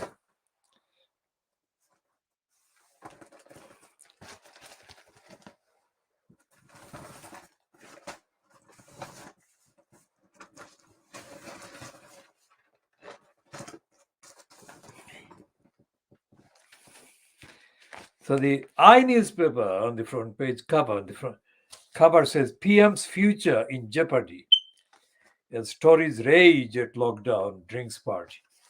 Again, they're not asking for him to kind of resign. They're not calling him a liar. This is ridiculous.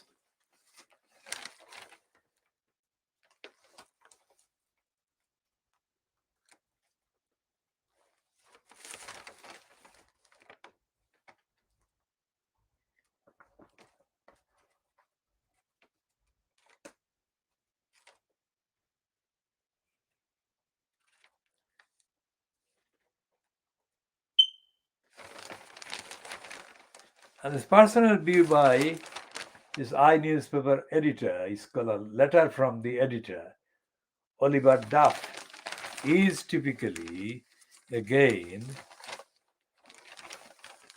kind of failing to tell the truth himself while he's saying that people's anger will grow when the truth is not being told. He's not telling the truth either. And he's only proving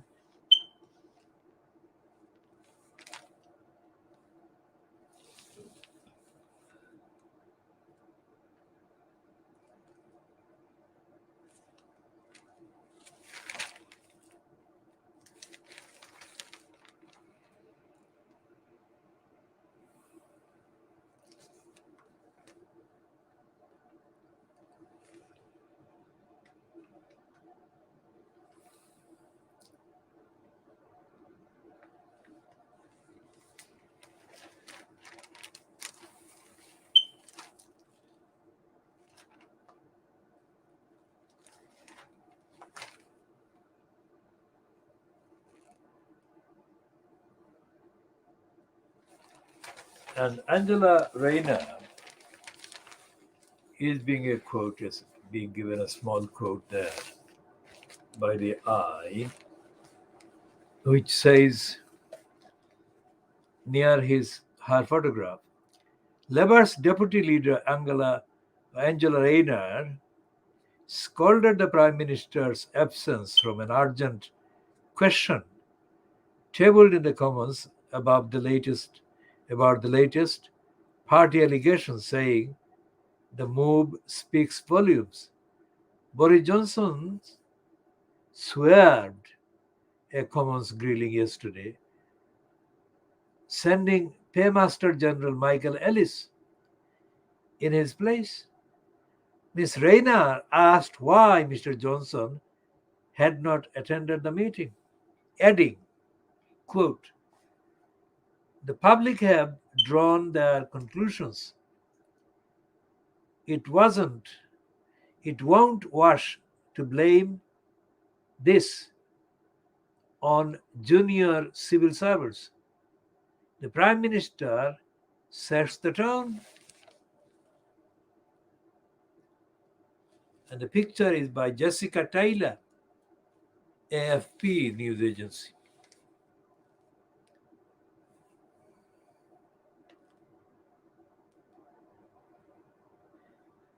And this has got on this page 8 of the I newspaper, there is a insert picture of the same Jim Shannon, taken from his short statement about his mother-in-law dying alone.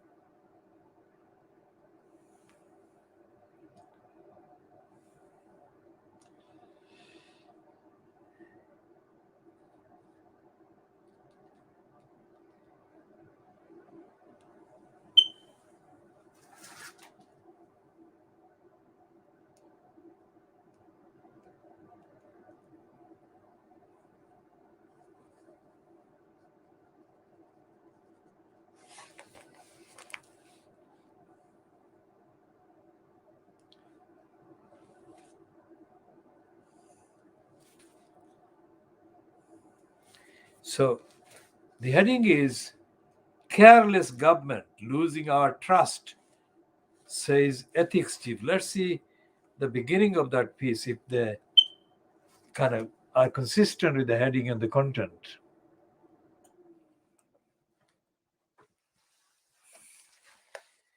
Members of the government have been careless over ethical standards, putting the public's faith in their integrity at risk.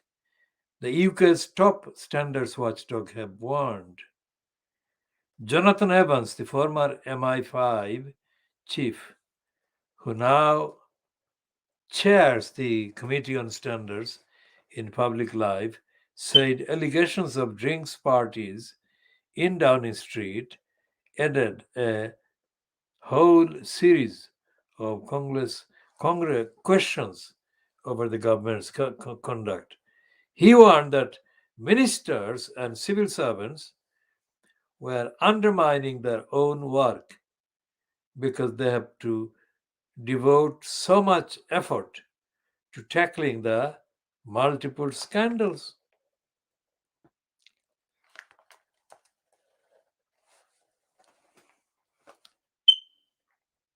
Lord Evans told the Commons Public Administration Committee and Constitutional Affairs Committee,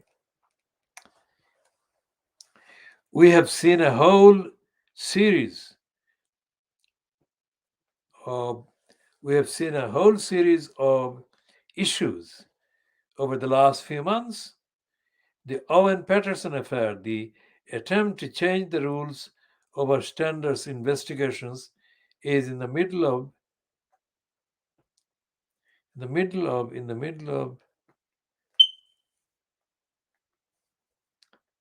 the investigation into Mr. Patterson's actions. The questions around the redecoration of Downing Street, and particularly the very bad processes that were clearly in place for keeping Lord Git properly informed, the Grensill affair, and now Partygate. All of those, I think, have demonstrated that there is at least a carelessness amongst people in government over standards issues, and possibly more than that. And You only need, I think, to look at one media reporting, and you only need, I think, to look up at any as look at the media reporting the front pages of the newspapers over the past few months, and to some extent, of course, the polling to see that people are concerned about these issues, that those who are being paid to undertake public roles should be living up to the standards that they profess to live up to. Now, who is this person they're quoting? It's Ellis.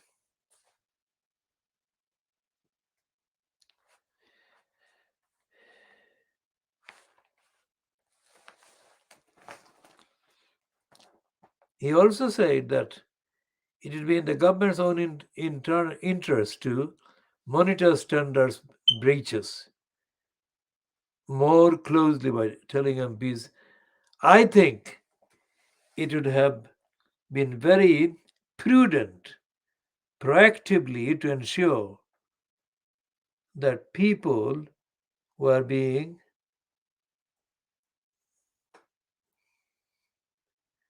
careful about those things in advance. He added that reading that again, he added that ministers should consider asking lawyers to investigate alleged rule breaking, but added that only the Prime Minister can leave.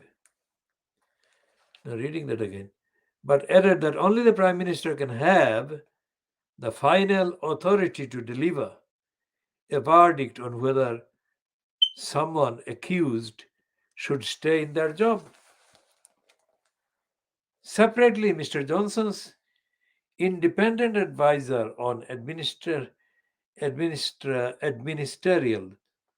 so advisor on ministerial interests, Lord Gitt, has said that he expected to offer.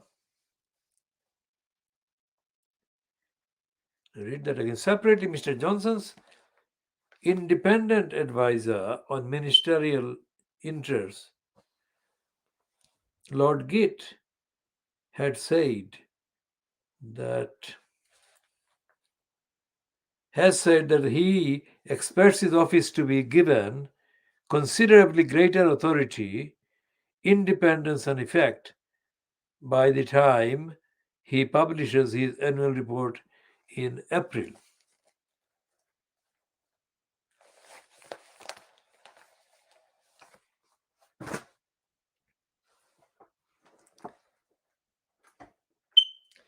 So, what is happening with this?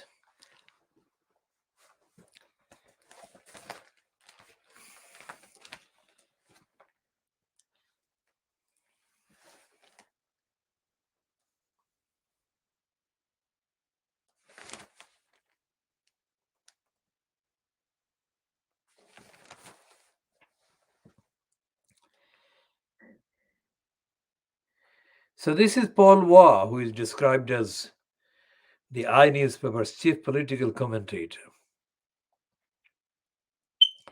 Now, here I shall read the last few paragraphs of his piece today. Johnson feels like he is slowly hemorrhaging support, and unlike a few weeks ago, he hasn't got the luxury of a Christmas break to ease the pressure or reset the agenda.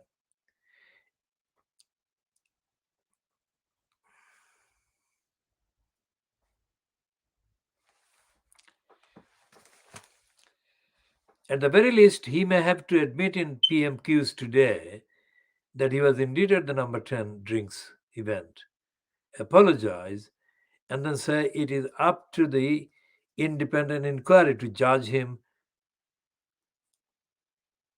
and short terms, to judge him and others.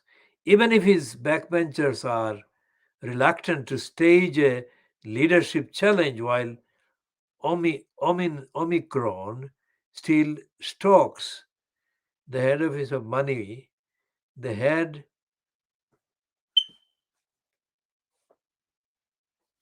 read this paragraph once again from the beginning.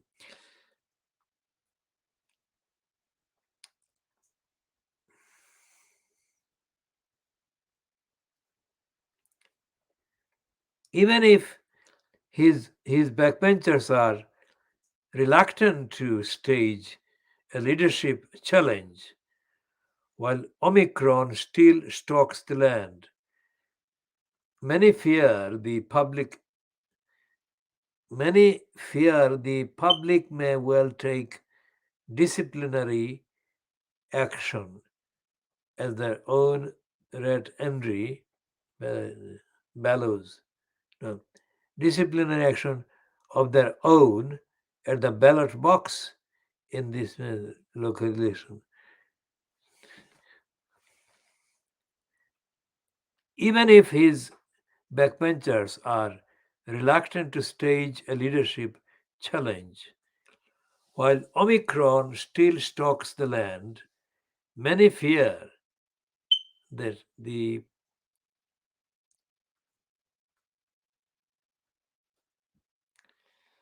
even if his backbenchers are reluctant to stage a leadership challenge with Omicron still stalks the land, many fear that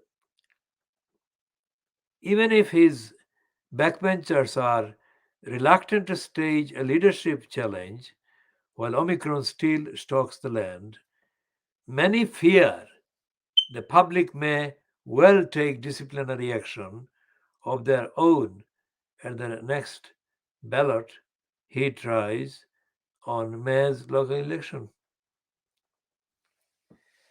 When a punch-drunk Michael Ellis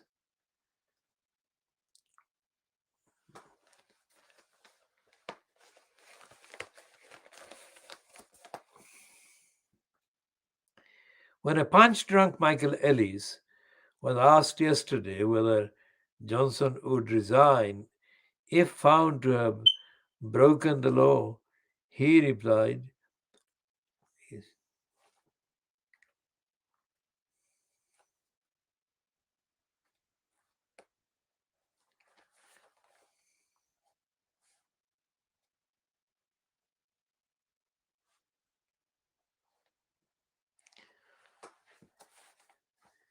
when a punch-drunk Michael Ellis was asked yesterday whether Johnson would resign if found to have broken this law, Michael Ellis, replied, "It's an entirely hypothetical position, shung by the unpresent."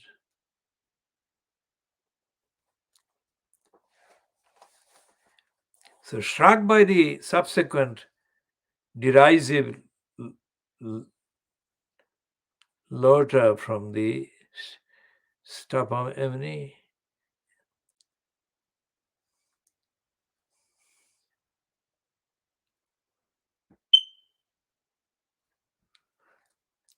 so when a punch-drunk Michael Ellis was asked yesterday whether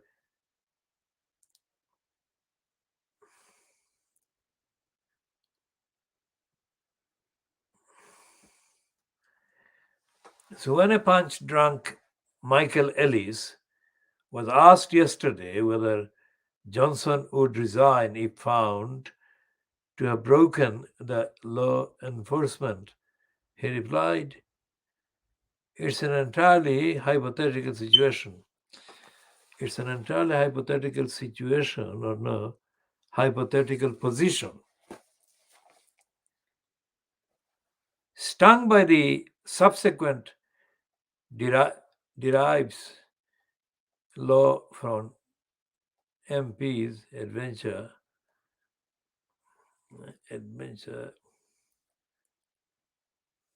So,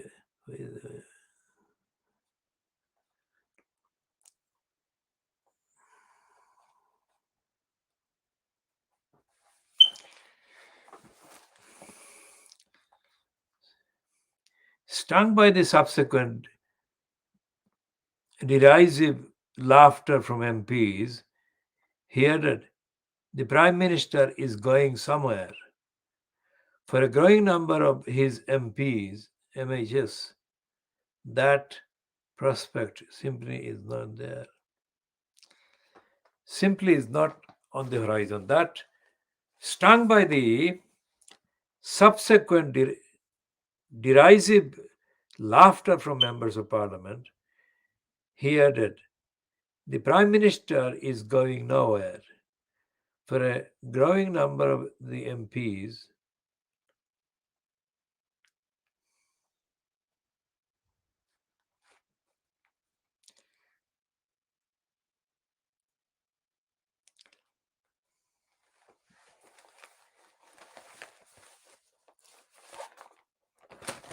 so what is happening in the Fleet Street cover-up?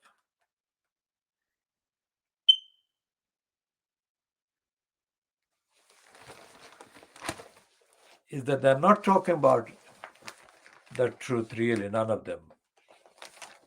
They're messing about.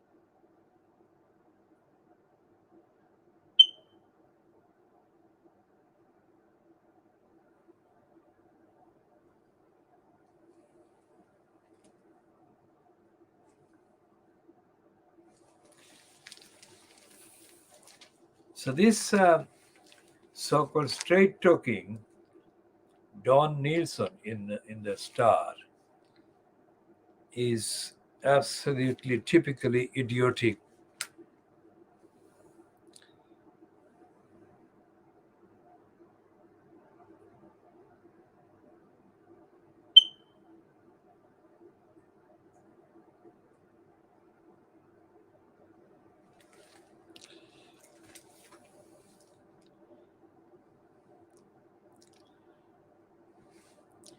And they don't even use the term liar or lie about Johnson in this stupid kind of so-called satirical humorous dig at the liar Johnson.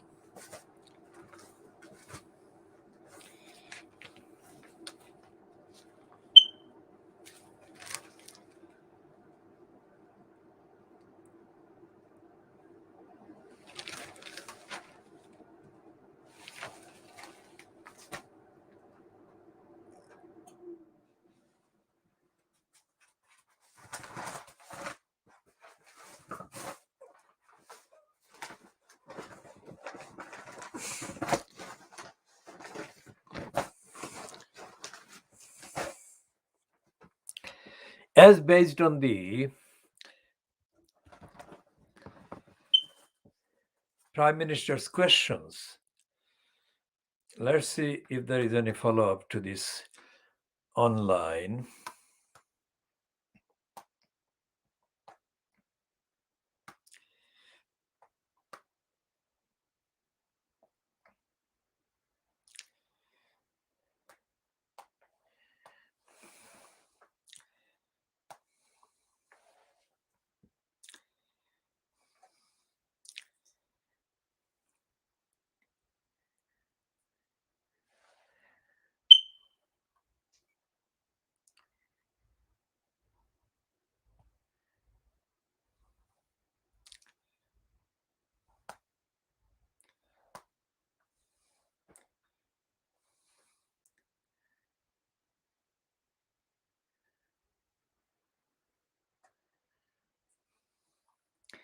And the Independent says, which posted this 3 hours ago. So this is, what is the time now? This is 2 minutes to 1 local BST, 0058 hours GMT on Thursday, the 13th of January 2022.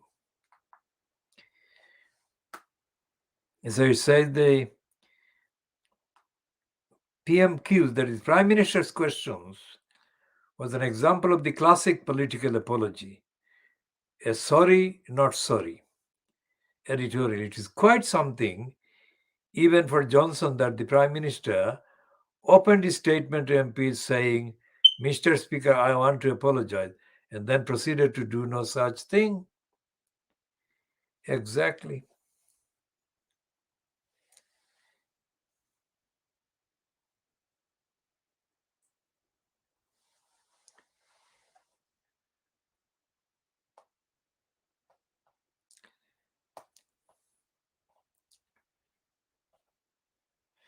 And they say the independent.co.uk. From the point of view of the Prime Minister himself, his ordeal in Parliament went about as well as it could, which is to say that he will probably still be Prime Minister by the end of the week. Beyond that is paywalled. We can't access the beyond that one. And the Guardian says, in its online version, that is, that senior backbench MP joins Scottish Tory leader in calling for Johnson to resign of a number 10 lockdown party. As it happened, that was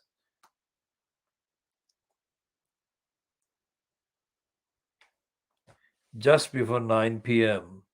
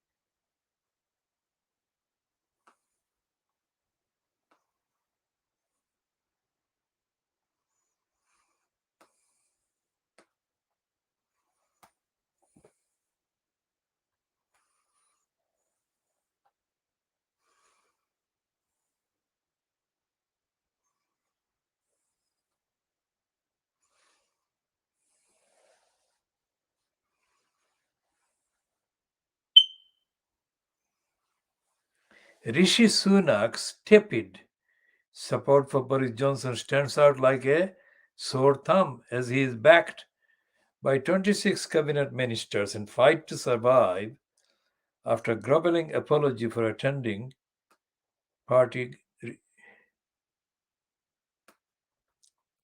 Partygate bash.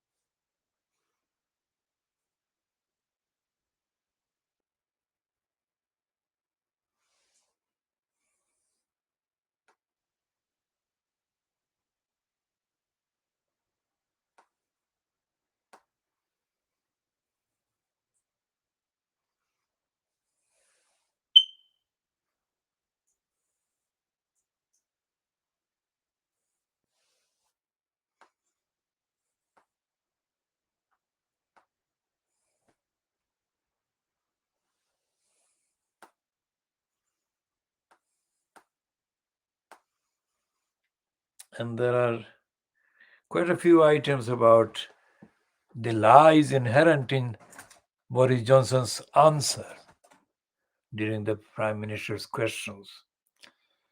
So we shall be this is probably 3 hours. I don't want to be exact because the exact length of the broadcast will be visible once this is concluded and a video emerges. So it will be around 3 hours. We shall be continuing on these themes and updating in due course and in the due next